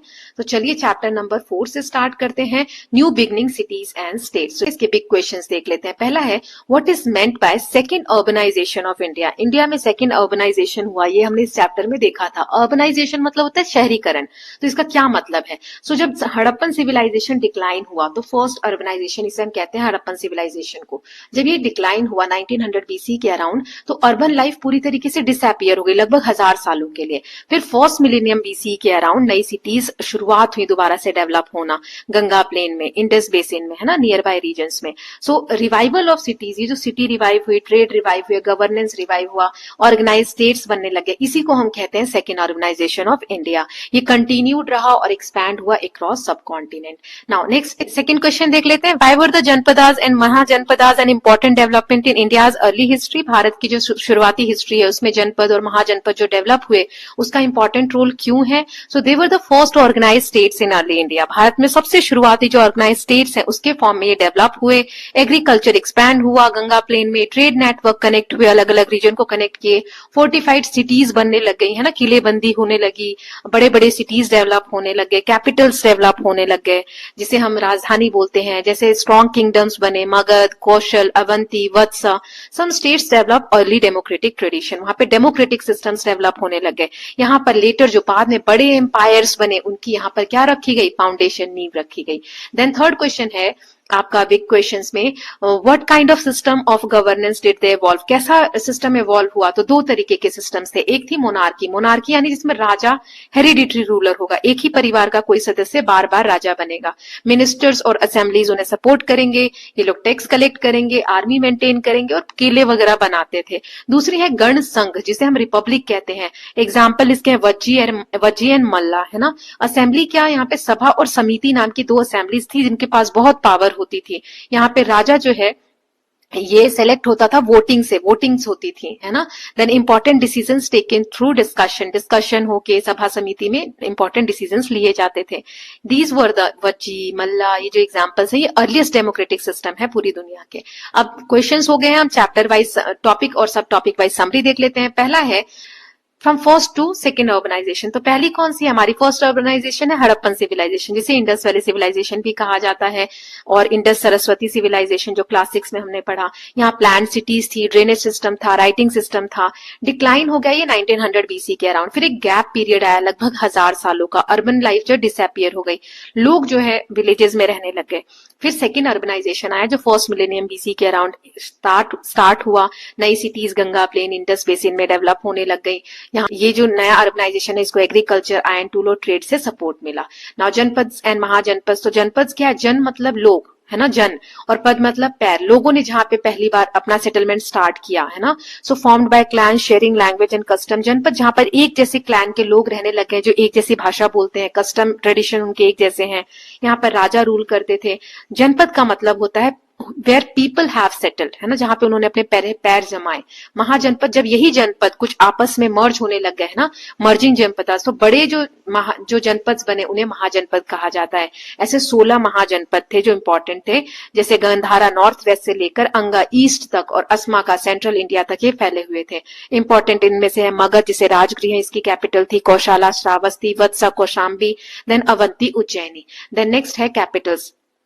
इन जो कैपिटल्स, राजधानी वाला जो एरिया था हर जनपद का, वो एक लार्ज फोर्टिफाइड सिटीज हुआ करती थी महाजनपद की, है ना। मोट यानी जो दीवारें होती थी उनको पानी से भर दिया जाता था फॉर प्रोटेक्शन। दीवार के बाहर एक खाई जैसी बना दी जाती थी, किले के बाहर पतले पतले छोटे छोटे गेट होते थे ताकि सिक्योरिटी कंट्रोल हो। Many continues as modern cities today, आज भी ये जो महाजनपद है मॉडर्न सिटीज के रूप में जो है वो कंटिन्यू हो रहे हैं। फिर अर्ली डेमोक्रेटिक सिस्टम में हमने देखा था सभा समिति, एल्डर्स की असेंबली होती थी, जो बड़े बुजुर्ग हैं उनकी असेंबली हुआ करती थी। ये इंपॉर्टेंट मैटर डिस्कस किया करते थे, किंग को एडवाइस दिया करते थे। मोनार्की, जिसमें राजा हेरिडिटरी रूलर होता था। देखो पूरा चैप्टर बिग क्वेश्चन में से ही कवर हो रहा है ना, इसीलिए जब मैं चैप्टर पढ़ाती थी तो बिग क्वेश्चन अलग से नहीं कराती थी, क्योंकि वही चीजें तो हम फिर से देख रहे हैं ना। सो बिग क्वेश्चंस भी कर लोगे तो बहुत हेल्प मिलेगी। Collected revenue, maintain army, build forts and cities. गण संघ सिस्टम क्या होता था, नॉन मोनार्कियल स्टेट्स होते थे, यहाँ पे राजा नहीं हुआ करते थे। असेंबली जो है वो राजा को चुनती थी और डिसीजन जो है वो वोटिंग के थ्रू लिया जाता था। इन्हें अर्ली रिपब्लिक्स कहा जाता है। टेक्नोलॉजिकल इनोवेशन इस समय में क्या हुए, आयन मेटलर्जी, यहाँ पर आयन के टूल्स डेवलप होने लगे। जैसे खेती करने के लिए हल डेवलप हुए तो खेती में हेल्प मिली, फूड प्रोडक्शन ज्यादा होने लग गया। आयन के मतलब लोहे के वेपन वगैरह ब्रॉन्ज से ज्यादा स्ट्रांग होते थे तो वो बनने लग गए। वॉरफेयर, जो युद्ध वगैरह होते थे उसमें बहुत ज्यादा, क्योंकि अब तलवारें वगैरह बनने लग गई थी, तो स्टेट एक्सपैंड होने लग गए थे। कॉइन्स का हमने देखा शुरुआत हुए, पहले कॉइन्स इस वक्त सिल्वर पंच्ड मार्क कॉइन्स कहा जाता है, वो डेवलप हुए। बाद में कॉपर के, गोल्ड कॉइन्स भी आने लग गए। फिर ट्रेड जो है वो बूस्ट हुआ इन कॉइन्स की वजह से पूरे रीजन में। Then trade and communication route, एक उत्तर पथ के बारे में पढ़ा था हमने, जो नॉर्थ वेस्ट से ईस्टर्न इंडिया को कनेक्ट करता है, और दक्षिण पथ जो नॉर्थ से साउथ अक्रॉस विंध्या माउंटेन जो रेंजेस है वहां से होकर जाता है। पोर्ट्स इंपॉर्टेंट थी, जो वेस्टर्न और ईस्टर्न कोस्टल प्लेन है इंडिया के, जो मैंने चैप्टर 1 में बताया, वहां पर डेवलप होने लग गए थे पोर्ट्स, जहां से ट्रेड होता था किन कंट्रीज के साथ, सेंट्रल एशियन कंट्रीज के साथ और साउथ ईस्ट एशियन कंट्रीज के साथ।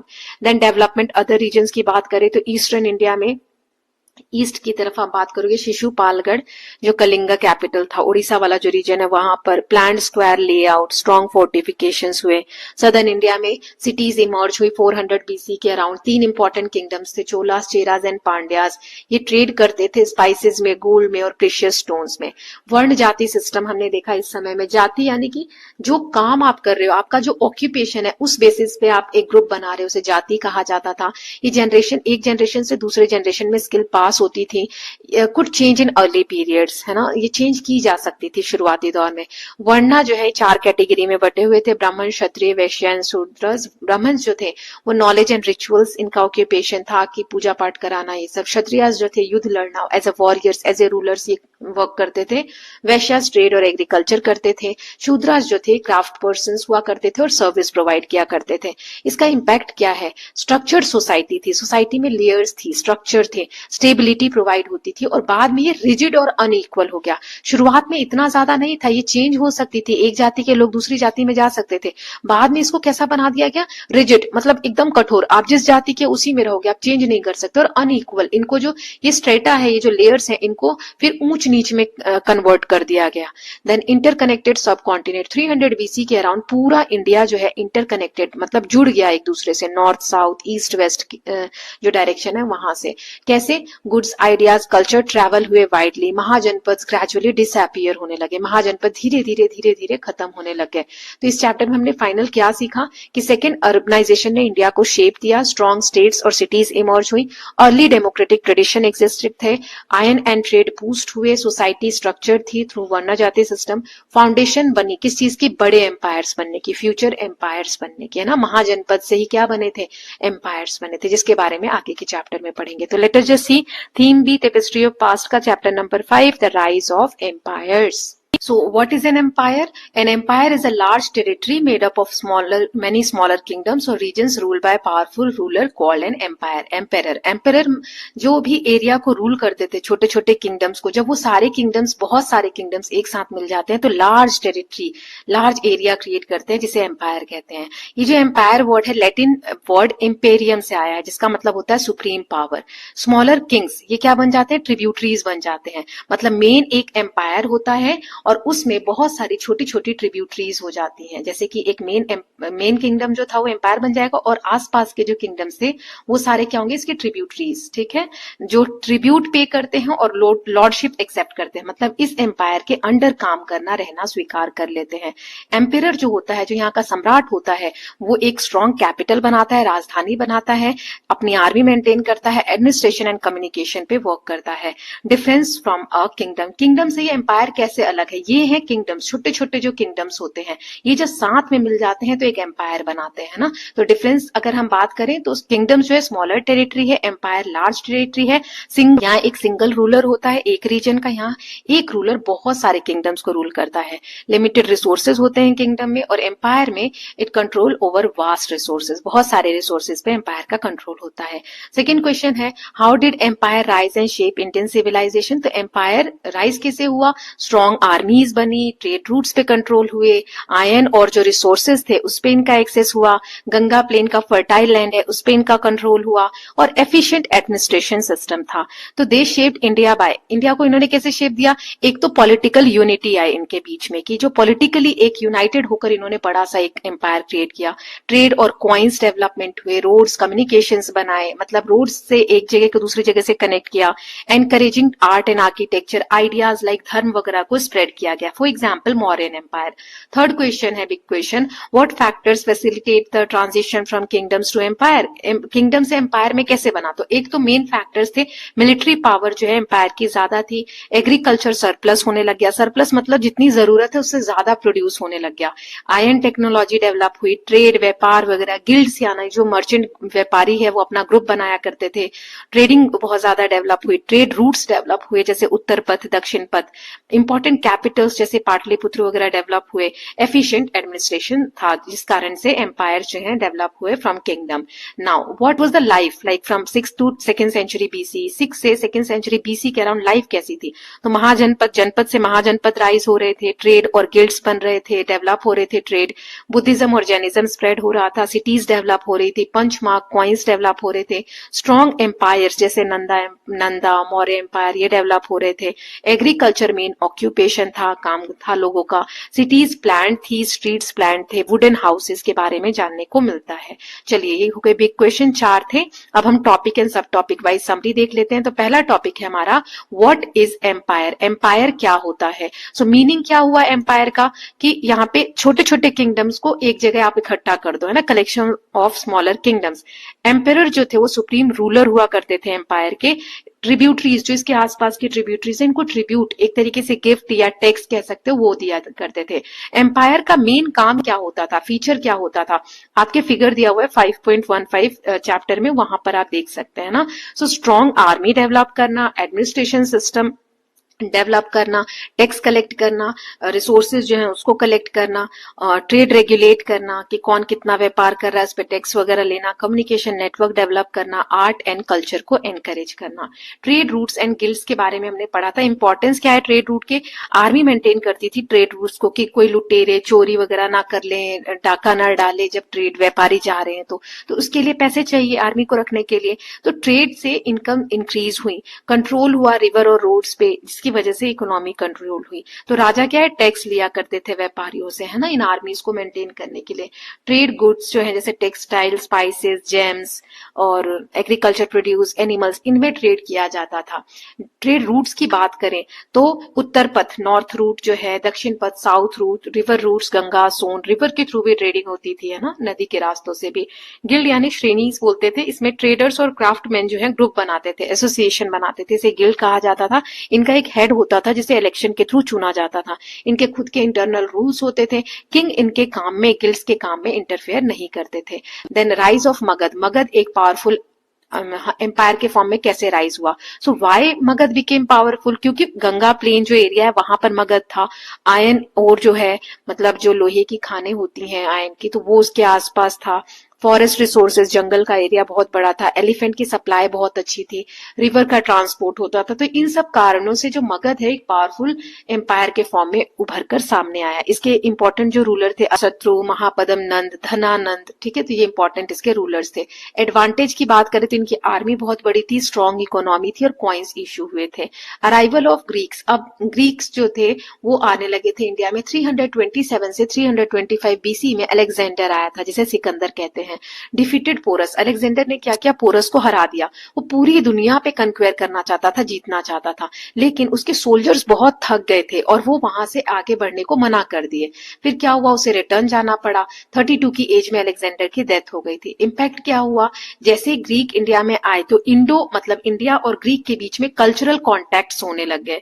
ग्रीक जो क्षत्रप्स थे, जैसे हम यहाँ पर बोल रहे हैं कि सामंत वगैरह होते थे जो राजा के अंडर में रहकर इस एरिया को संभालते थे और राजा को ट्रिब्यूट वगैरह पे करते थे। ऐसे ही उनके में जो सामंत है उन्हें क्षत्रप कहा जाता था, ठीक है। तो ये जो क्षत्रप हुआ करते थे ग्रीक, इन्होंने रूल किया नॉर्थ वेस्टर्न पार्ट को। जैसे जो इंडिया का नॉर्थ वेस्टर्न पार्ट है जहां पर पोरस को हराया था अलेक्जेंडर ने, ये जो सिंध वाला रीजन है यहाँ पर इंडिया का, तो इस वाले एरिया में है ना इंडिया के, ये लोग क्या हुए, अलेक्जेंडर तो लौट गया, जो उसके साथ क्षत्रप्स थे उसको उसने एरिया दे दिया कि तुम इस एरिया को संभालो, तुम इस एरिया को संभालो, तुम इस एरिया को संभालो। तो ये जो ग्रीक क्षत्रप्स हैं इन्होंने ये नॉर्थ वाला एरिया है और ये वेस्ट वाला, तो नॉर्थ वेस्टर्न जो पार्ट है इंडिया का वहां पे रूल किया। बाद में चंद्रगुप्त मौर्य ने इनको हरा दिया, ठीक है। नाउ नेक्स्ट देखते हैं, तब शुरुआत हुई चंद्रगुप्त मौर्य के द्वारा मौर्यन एम्पायर की। चंद्रगुप्त मौर्य ने 321 बीसी में इसकी शुरुआत की। कैपिटल जो इसकी राजधानी थी वो पाटलिपुत्र थी। अब जो मौर्य एम्पायर के संस्थापक थे चंद्रगुप्त मौर्य, उनके मेंटोर कौन थे, किससे उन्होंने शिक्षा ली, कौटिल्य से, जिन्हें चाणक्य के नाम से भी जाना जाता है। और इन्होंने ही किताब लिखी थी अर्थशास्त्र। अर्थशास्त्र के लेखक यही हैं। कौटिल्य जो थे, इनकी आइडियाज क्या थे, सबसे पहले सप्तांग थ्योरी इन्होंने दी थी। 7 पार्ट्स ऑफ स्टेट, कि स्टेट के 7 पार्ट्स होते हैं। एक होता है राजा, स्वामी, मिनिस्टर, अमात्य, ये नाम याद होने चाहिए, मैच टाइम में आ जाता है। टेरिटरी जिसे जनपद कहते हैं, फोर्टिफाइड सिटीज जिसे दुर्ग कहते हैं, ट्रेजरी यानी खजाना, कोष, फिर आर्मी यानी दंड, और अलाइज यानी मित्र। तो ये जो है ये सारे 7 पार्ट्स होते हैं जो किसी भी स्टेट को, किसी भी एरिया को जरूरी है as a empire, as a kingdom work करने में। फिलॉसफी क्या थी कि वेलफेयर ऑफ पीपल, लोगों की भलाई के लिए काम करना। तो यही किसके बराबर होगा, वेलफेयर ऑफ किंग के। राजा की भलाई तभी होगी जब वो लोगों की भलाई के लिए काम करेगा। Strong law and order maintain करना, पनिशमेंट देना, अगर करप्शन हो रहा है तो पनिशमेंट देना, कंट्री साइड डेवलपमेंट करना, मतलब जो ऐसा नहीं मेन जो एरिया है जो एम्पायर का वहीं पर सेंटर में ही डेवलपमेंट हो, जो कंट्री साइड जो आसपास के एरिया है उनमें भी डेवलपमेंट करना, तो वहां पे फोकस करना, ठीक है। अब चंद्रगुप्त मौर्य के बाद जो इंपॉर्टेंट एक और एम्पेरर हुए मौर्य साम्राज्य में वो है अशोका। इनका समय 268 से 232 बीसी है। अर्ली लाइफ में इन्होंने एक्सपैंड किया एम्पायर को और ज्यादा बढ़ाया वॉर के थ्रू। कलिंगा वॉर उनकी लाइफ में हुआ। कलिंगा वॉर के बाद वो चेंज हो गए, चेंज आफ्टर कलिंगा वॉर। तो उसमें क्या हुआ, बहुत ज्यादा डिस्ट्रक्शन हुआ। तो वो उन्होंने देखा, जिसके कारण उन्होंने कहा अब मैं अहिंसा को फॉलो करूंगा, नॉन वायलेंस को, अब युद्ध नहीं लड़ूंगा। उन्होंने बुद्धिज्म फॉलो किया।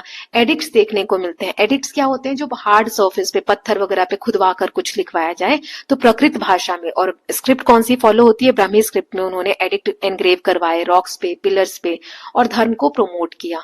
वेलफेयर मेजर्स इनके द्वारा कौन से दिए गए लोगों की भलाई के लिए, मेडिकल केयर लोगों और जानवरों के लिए प्रोवाइड करना, रास्ते पर पेड़ लगवाना, कुएं बनवाना, रेस्ट हाउस तो आराम गृह होते हैं वो बनवाना।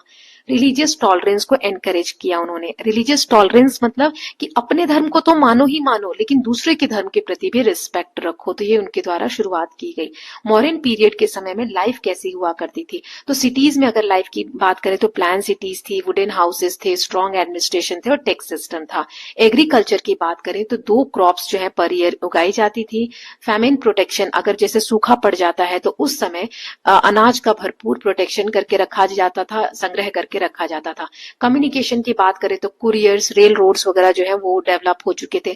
क्लॉथिंग की बात करें, कॉटन के कपड़े पहना करते थे लोग और लेदर के फुटवेयर भी पहना करते थे। आर्ट एंड आर्किटेक्चर की बात करें तो सांची स्तूपा आपने देखा होगा कि अशोका के समय में बिल्ट हुआ, स्टोन का आर्किटेक्चर है। अशोकन पिलर्स जो उन्होंने बनवाए थे, उस पर कुछ लिखवाया था, वो हाईली पॉलिश्ड है।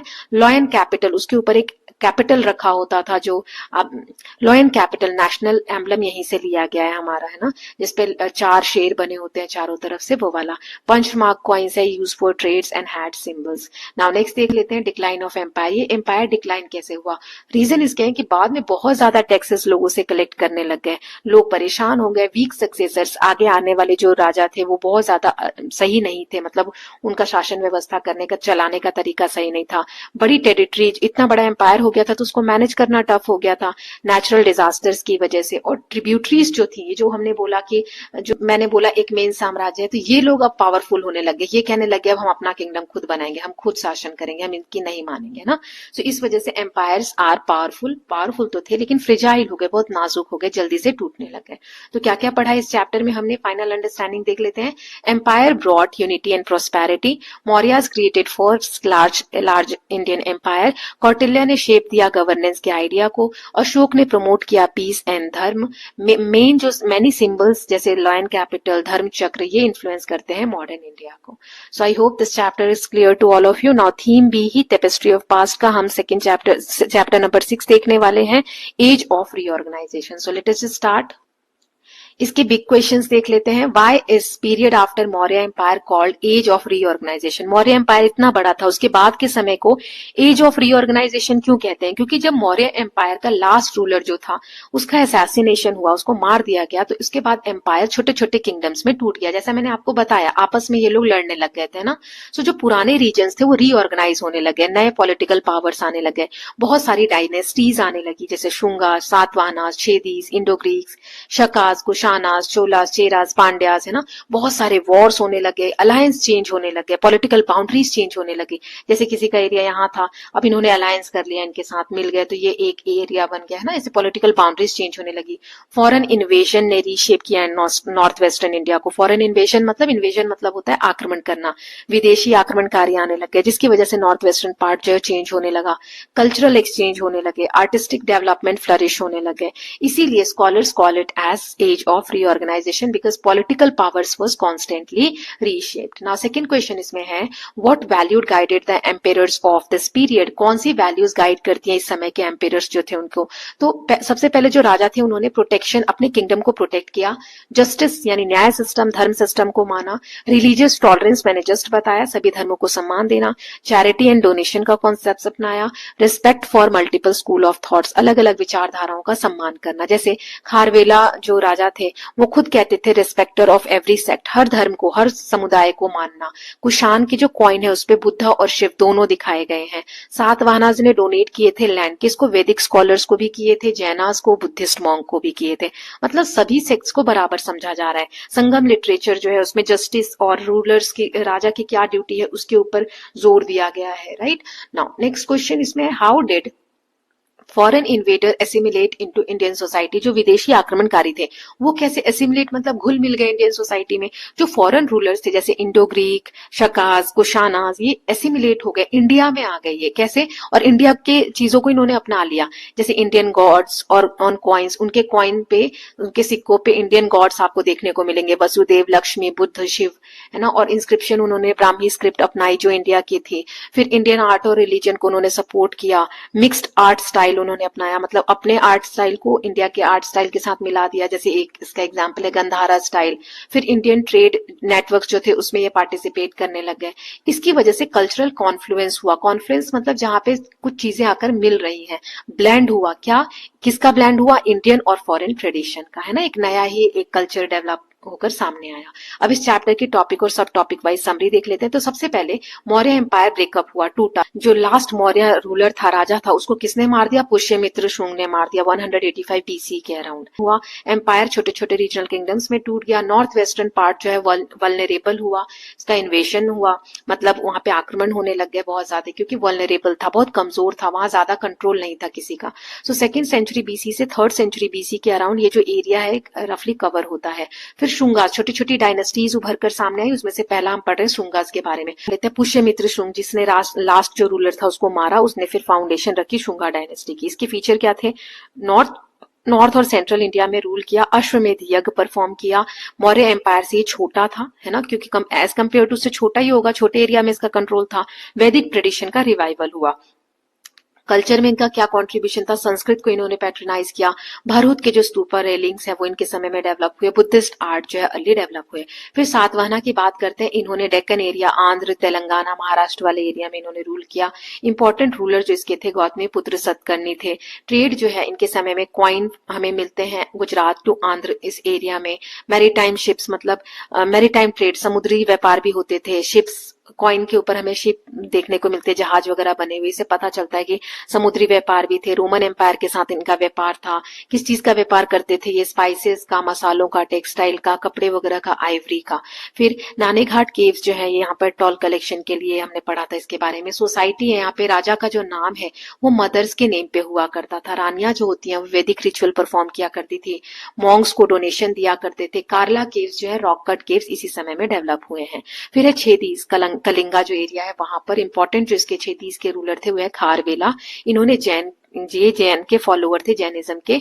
इन्होंने उदयगिरी, खांदरगिरी जो केव्स है उसको डेवलप कराया। हाथी गुफा में इंस्क्रिप्शन है इनका, इंस्क्रिप्शन जो हार्ड सरफेस पे खुदवा कर लिखवाया जाता है। इन्होंने सभी सेक्ट्स को धर्म देना, रिस्पेक्ट देना चाहिए सभी धर्मों को, ये बताया। और रॉक कट आर्किटेक्चर इनके समय में डेवलप हुए। फिर सदर्न किंगडम की हम बात करें, 3rd century, 2nd century BC से लेकर 3rd सेंचुरी सीई के अराउंड, तो यहाँ पर संगम लिटरेचर डेवलप हुए। इसमें क्या हुआ, तमिल पोएम्स का ये कलेक्शन है। ये जो तमिल पोएम्स है किस टॉपिक्स पे लिखे गए, किन थीम्स पे, लव, हीरोइज्म और जेनरोसिटी। इनके जो इंपॉर्टेंट एपिक्स हैं, महाकाव्य जिसे हम कहते हैं, वो है शिलापदिकरम। फिर चोलास, चेरास और पांड्यास के बारे में सदर्न इंडिया में डेवलपमेंट्स हुए वो हमने पढ़ा। चोलास जो है इनकी कैपिटल थी उरैयूर। इनके जो इंपॉर्टेंट राजा थे करिकाल। इन्होंने कलानी ग्रैंड एनिकट बनवाया, हमने देखा था इमेज जो इन्होंने डेवलप किया इरिगेशन सिस्टम को। इसी से राइस बोल ऑफ साउथ भी कहा जाता है। नाउ चेरास की कैपिटल थी वंजी, करूर। इनका रोमन और वेस्ट एशिया के साथ ट्रेड था। इन्होंने स्पाइसेस, टिम्बर, आइवरी का ट्रेड किया। कॉइन्स इश्यूज किए जो एम्बलम के साथ है ना, मतलब उनका जो एक मार्क है वो कॉइन पे हुआ करता था। पांड्यास की बात करें तो आगे बढ़ने के साथ साथ हम साथ में मैं कुछ क्वेश्चंस भी पूछती हूँ, आप लोग आंसर भी करिए। चेरास की कैपिटल कहाँ थी बताओ, अभी जस्ट पढ़ा है तो टाइप करते चलो, देख रहे हैं कितने बच्चे ध्यान दे रहे हैं, ठीक है। फिर पांड्यास की कैपिटल मदुरई थी, फेमस था ये पॉल्स के लिए। इनकी नेवल पावर जो समुद्री व्यापार वगैरह है उसमें बहुत ज्यादा पावरफुल थे, नेवी इनकी अच्छी थी। ग्रीक और रोमन के साथ इनके ट्रेड लिंक्स थे, वेलफेयर ओरिएंटेड रूलर थे। अब इंडो ग्रीक के बारे में पढ़ेंगे, जो भी टॉपिक में पढ़ा रही हूँ ध्यान से पढ़ते चलना, मैं क्वेश्चंस भी पूछूंगी बीच बीच में, लेकिन बच्चे आंसर तो करते ही नहीं है। देखते हैं कितने बच्चे आंसर करते हैं। अब मुझे ये बताओ पांड्यास के ट्रेड रिलेशन किसके किसके साथ थे, है ना, जल्दी से फटाफट आंसर लिखो। नाउ इंडो ग्रीक्स की अगर हम बात करें तो इनके जो सक्सेसर्स थे, ये किसके सक्सेसर्स थे, अलेक्जेंडर के, है ना, क्षत्रप्स जो थे। रूल्ड नॉर्थ वेस्ट एरिया में इन्होंने रूल किया। इनके जो कॉइन्स थे उस पर ग्रीक और इंडियन गॉड्स हमें देखने को मिलते हैं। कोई से आप इंडियन गॉड का नाम बताओगे, मैंने अभी क्वेश्चन बताते वक्त बताया था कि कौन कौन से इंडियन गॉड उनके कॉइन्स पे थे, एक कोई सा एक नाम बताओ।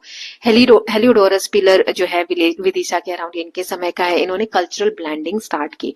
फिर शकास जो है इन्हें कहा जाता है इंडोसाइथियंस। इन्होंने शक संवंत जो इंडियन नेशनल कैलेंडर है उसकी शुरुआत की। Ruled north western part after Indo Greek के बाद इन्होंने नॉर्थ वेस्टर्न पार्ट जो है वो रूल किया था। नाउ कुशानास के बारे में पढ़ते हैं। अब मुझे बताओ पहले इंडो ग्रीक आए थे या पहले शकाज आए थे, ठीक है, ये मुझे बताओ। सो एस लिख देना या इंडो ग्रीक लिख देना, कुछ टाइम स्टैम्प लिखने की जरूरत नहीं है, मैं समझ जाऊंगी किस क्वेश्चन का आंसर है। नाउ कुशानास, इनका ओरिजिन सेंट्रल एशिया में हुआ था। ये इनके जो पावरफुल किंग थे उनका नाम है कनिष्क। इनके फीचर्स क्या थे, इन्होंने सिल्क रूट पे अपना कंट्रोल किया, प्रमोट किया ट्रेड को, और मिक्स्ड आर्ट स्टाइल थी इनकी। आर्ट स्कूल जो है गंधारा स्कूल ऑफ आर्ट इनके समय में डेवलप हुआ। गंधारा स्कूल जो है इसमें ग्रे ब्लैक स्टोन यूज होता था और ग्रीक का इन्फ्लुएंस देखने को मिलता था। इसमें रियलिस्टिक ऐसी बुद्धा के स्टैचूज देखोगे तो लगेगा रियल स्टैचूज हैं। मथुरा स्कूल जो है इसमें रेड सैंडस्टोन यूज होता था और इंडियन स्टाइल था इसमें। फिर फुलर फिगर्स हुआ करती थी, है ना, फिगर्स जो है एक भरी भरी फिगर्स आपको देखने को मिलती थी, कुबेर की, लक्ष्मी की, शिवा की, इनको डिपिक्ट किया गया है मथुरा स्कूल ऑफ आर्ट में। Okay, now my question from this topic is की गांधारा स्कूल ऑफ आर्ट में क्या फर्स्ट पॉइंट हमने क्या पढ़ा था, किस तरीके के स्टोन यूज हुए होते थे इसमें गांधारा में, वो आपको बताना है। ओके, नाउ नेक्स्ट देख लेते हैं। सो कल्चरल डेवलपमेंट्स, ठीक है, या ट्रेड रूट हमारा बच गया, ट्रेड एंड सिल्क रूट। सो व्यापार करने के लिए एक पर्टिकुलर मार्ग फॉलो किया जाता था, रास्ता फॉलो किया जाता था। ये इंडिया और चाइना को मेडिटेरेनियन एरिया से कनेक्ट करते थे। कल्चरल एक्सचेंज को बूस्ट किया, स्प्रेड किया आइडियाज को और गुड्स को। नाउ कल्चरल डेवलपमेंट्स की अगर हम बात करें, संस्कृत लिटरेचर फ्लरिश हुआ, महाभारत और रामायण को कंपोज किया गया, रॉक कट आर्किटेक्चर डेवलप हुए, कॉइन्स जो है उन्होंने रिलीजियस टॉलरेंस को उस पर दिखाया जाता था। हमने देखा ना सभी धर्मों के देवी देवताओं को वो लोग कॉइन्स के ऊपर डिपिक्ट करते थे। आर्ट का ब्लेंडिंग हुआ, इंडियन और फॉरेन स्टाइल जो है वो ब्लेंड हुए साथ में। नाउ नेक्स्ट देखते हैं इस चैप्टर में जो जो हमने पढ़ा, पॉलिटिकल फ्रेगमेंटेशन पढ़ा जिसकी वजह से नई पावर जो है इमर्ज हुई, फॉरेन रूलर्स ब्लेंड हुए इंडियन सोसाइटी के साथ, ट्रेड एक्सपैंड हुआ इंटरनली एंड एक्सटर्नली, फिर आर्ट एंड आर्किटेक्चर फ्लरिश हुए, रिलीजियस टॉलरेंस के प्रति एक स्ट्रॉन्ग वैल्यू इमर्ज हुई। ये जो पीरियड है इसने इंडियन सिविलाइजेशन को रीशेप किया। सो इसके साथ हमारा चैप्टर नंबर 6 हो गया। चैप्टर 7 थीम बी का लास्ट चैप्टर है। थीम बी का नाम है टिपिस्ट्री ऑफ पास्ट। चैप्टर 7 देख लेते हैं, Gupta era an age of tireless creativity. Let us just start with chapter number 7। इसके बिग क्वेश्चन के साथ स्टार्ट करते हैं। तो इसमें पहला क्वेश्चन है, हु वर गुप्तास? गुप्तास कौन थे और इस पीरियड को क्लासिकल एज क्यों कहा जाता है? तो गुप्तास डायनेस्टी जो है रोज हुई 3rd सेंचुरी सी के अराउंड। इनका origin present day Uttar Pradesh, इनकी कैपिटल जो है पाटलिपुत्र, मॉडर्न डे पटना जो है वहां पर। इंपॉर्टेंट इसमें रूलर से Chandragupta first, Samudragupta and Chandragupta second, जिसे विक्रमादित्य के नाम से भी जाना जाता है। इन लोगों ने एक ग्रेटेस्ट एम्पायर बिल्ड किया एंशिएंट इंडिया का। इसे क्लासिकल एज क्यों कहा जाता है? क्योंकि इस पीरियड में संस्कृत लिटरेचर फ्लरिश हुआ। कालिदास एक इंपॉर्टेंट इस समय के हम फिगर समझ सकते हैं। साइंटिफिक डिस्कवरीज हुई, आर्यभट्ट, वराहमिहिर इसी समय में थे। ये आर्ट और आर्किटेक्चर के लिए बहुत ज्यादा मैग्निफिसेंट डेवलपमेंट्स हमें देखने को मिलता है। अजंता, उदयगिरी केव्स में एडवांस मेटलर्जी का एग्जांपल हमें आयरन पिलर जो है दिल्ली का वो देखने को मिलता है। आयुर्वेदा टेक्स्ट जो है वो कोडिफाइड हुए इस समय में। नॉलेज जो अर्लियर पीरियड से थे उन्हें कंपाइल किया गया इस समय में। इस समय शांति थी, समृद्धि थी और क्रिएटिविटी थी। इसीलिए इस समय को हिस्टोरियन, इतिहासकार जो है वो क्या कहते हैं? क्लासिकल एज कहते हैं। Okay, so I hope it is clear. Now next देख लेते हैं, What was happening in the rest of the subcontinent? Gupta empire develop हो रहा था, ठीक है। उस समय बाकी जगहों पर क्या हो रहा था? तो गुप्ता जब नॉर्थ में रूल कर रहे थे तो वकाटकास जो है वो सेंट्रल इंडिया में गुप्तास के साथ एलाइज थे और रूल कर रहे थे। पल्लवास साउथ इंडिया में, पल्लवास की कैपिटल क्या थी? कांचीपुरम। कामरूपा जो किंगडम है वो नॉर्थ रूल कर रहे थे, नॉर्थ ईस्टर्न आसाम वाले रीजन में, ठीक है। These kingdoms build temples, promoted art and learning, maintain diplomatic relation with Gupta, sometimes paid tribute to Samudragupta. Thus, India had multiple power dynasties simultaneously. एक साथ इंडिया में गुप्ता के साथ साथ बहुत सारी डायनेस्टीज जो है वो रूल कर रही थी। Okay, now let us just move ahead. अब इसमें जो हमने पढ़ा, मुझे बताओ पल्लवास जो थे उनकी कैपिटल कहाँ थे? ये मुझे बताओ आप लोग कमेंट सेक्शन में, है ना। नाउ नेक्स्ट देखते हैं, who were some great figures of this period and why do they matter? कौन कौन से इंपॉर्टेंट लोग इस वक्त हुए? जैसे आर्यभट्ट, इन्होंने बताया कि अर्थ जो है अपने एक्सिस पे रोटेट करती है। उन्होंने ईयर का जो टाइम है एग्जैक्ट एक्यूरेटली कैलकुलेट किया। उन्होंने सोलर और लूनर इक्लिप्स, जो सूर्य ग्रहण चंद्र ग्रहण होते हैं, उसको साइंटिफिकली डेवलप किया और आर्यभट्टीय नाम की किताब लिखी। वराहमिहिर जो है उन्होंने बृहद संहिता लिखा। उन्होंने डिस्कवरी की किसकी? एस्ट्रोनॉमी की, वेदर और आर्किटेक्चर को, इन टॉपिक्स को कवर किया। साइंटिफिक ऑब्जर्वेशन में वन ऑफ द पायनियर, मतलब शुरुआती के हम इंपॉर्टेंट फिगर के रूप में इनको समझ सकते हैं। कालिदास जो थे वो संस्कृत के बहुत महान कवि थे। उन्होंने मेघदूतम लिखा, लैंडस्केप्स को डिस्क्राइब किया, इमोशंस को ब्यूटीफुली एक्सप्लेन किया। देन नेक्स्ट है समुद्रगुप्त, ये पावरफुल कन्क्वेरर थे, नोन फॉर प्रयाग प्रशस्ति। इंस्क्रिप्शन जो है प्रयाग प्रशस्ति जिसमें इनके बारे में लिखा गया, उसके थ्रू इनको जाना जाता है। चंद्रगुप्त सेकंड जो थे विक्रमादित्य के नाम से जाने जाते थे। इन्होंने बहुत सारे विद्वानों को पैट्रोनेज दिया था, पैट्रोनेज यानी संरक्षण दिया था। आयरन पिलर पे जो इंस्क्रिप्शन है इनके बारे में उसमें लिखा हुआ है। ये जो भी इंपॉर्टेंट लोग हैं, इनके जो काम है आज भी इन्फ्लुएंस करते हैं साइंस, लिटरेचर और कल्चर को, ठीक है। अब सब टॉपिक वाइज हम देख लेते हैं। नाउ कालिदास का एक इंपॉर्टेंट हमने क्रिएशन पढ़ा। उन्होंने क्या लिखा था? एम से शुरू होता है, उसकी स्पेलिंग लिखो बिना पीछे चेक किए, है ना। देखते हैं कितने बच्चों ने ध्यान से देखा। सबसे पहले हमने देखा था राइज ऑफ गुप्तास। गुप्ता कैसे इमर्ज हुए? तो कुषाण एम्पायर वीकन होने लग गया था, जिसके बाद गुप्ता एम्पायर जो है पावर में आया। उन्होंने एक्सपैंड किया थ्रू मिलिट्री कंक्वेस्ट, मतलब मिलिट्री द्वारा जीत हासिल की। मैट्रिमोनियल अलायंस, शादी विवाह करके एक दूसरे किंगडम से रिलेशन बनाए। डिप्लोमेसी उनकी अच्छी थी। समुद्रगुप्त को हम वॉरियर किंग के नाम से जाने जाते हैं। प्रयाग प्रशस्ति जो है जो हरिसेन द्वारा लिखी गई है, प्लीज पे अटेंशन हियर, है ना। प्रयाग प्रशस्ति जो है हरिसेन द्वारा लिखी गई है। इनका गोल क्या था? धरणी बंधा, मतलब unifier of earth. Defeated many kings, बहुत सारे राजाओं को इसने हराया समुद्रगुप्त ने। And allowed defeated rulers to remain as tributaries, मतलब राजाओं को हराकर ये नहीं कहा, उनका हड़प नहीं लिया सभी चीजें। उन्होंने कहा कि हम मेन है लेकिन आप हमारे साथ मिलकर काम कीजिए, है ना, ट्रिब्यूटरीज की तरह वर्क कीजिए। उन्होंने अश्वमेध यज्ञ परफॉर्म किया समुद्रगुप्त ने, और पैटर्न थे वो, मतलब बहुत सारे लोगों को संरक्षण दिया जो आर्ट से रिलेटेड थे। एक कॉइन पे उन्हें खुद भी वीणा बजाते हुए दिखाया गया है। चंद्रगुप्त सेकंड जिन्हें विक्रमादित्य के नाम से भी जाना जाता है, इन्हें चंद्र आयन पिलर पे जो मेंशन है चंद्र के नाम से मेंशन किया गया है। ये विष्णु के डिवोटी थे, भक्त थे। नाउ इन्होंने एम्पायर को वेस्टवर्ड एक्सटेंड किया, स्कॉलर्स और आर्टिस्ट को पैट्रन देते थे, ग्रेट स्टेबिलिटी थी इनके समय में। नाउ मुझे ये बताओ, जो इलाहाबाद का पिलर इंस्क्रिप्शन है इलाहाबाद वाला, वो किसने लिखवाया है? मतलब किसके समय में हुआ है? समुद्रगुप्त के समय में। लेकिन किसने लिखवाया है वो बताओ मुझे आप, है ना। उनका नाम एच से स्टार्ट होता है। नाम लिखो। फिर है एडमिनिस्ट्रेशन देख लेते हैं इस समय का। तो एयर जो है प्रोविंसेस में डिवाइड था। यहाँ पे लैंड ग्रांट्स दिए जाते थे लोकल जो राजा है उनको, प्रेस्ट को, चीफटेंस को। कॉपर प्लेट इंस्क्रिप्शंस देखने को मिलते हैं कि लैंड ग्रांट्स दिए गए थे, जो भी जमीनें दान में दी जाती थी उसके बारे में रिकॉर्ड्स रखे जाते थे। टाइटल्स यूज करते थे राजा, जैसे महाराजा धीराज, सम्राट, चक्रवर्ती, ठीक है। फिर इकोनॉमी और ट्रेड की बात करें इस समय की, तो रेवेन्यू रिसोर्सेज क्या थे? लैंड से जो टैक्स कलेक्ट होता था ये मेन सोर्स था।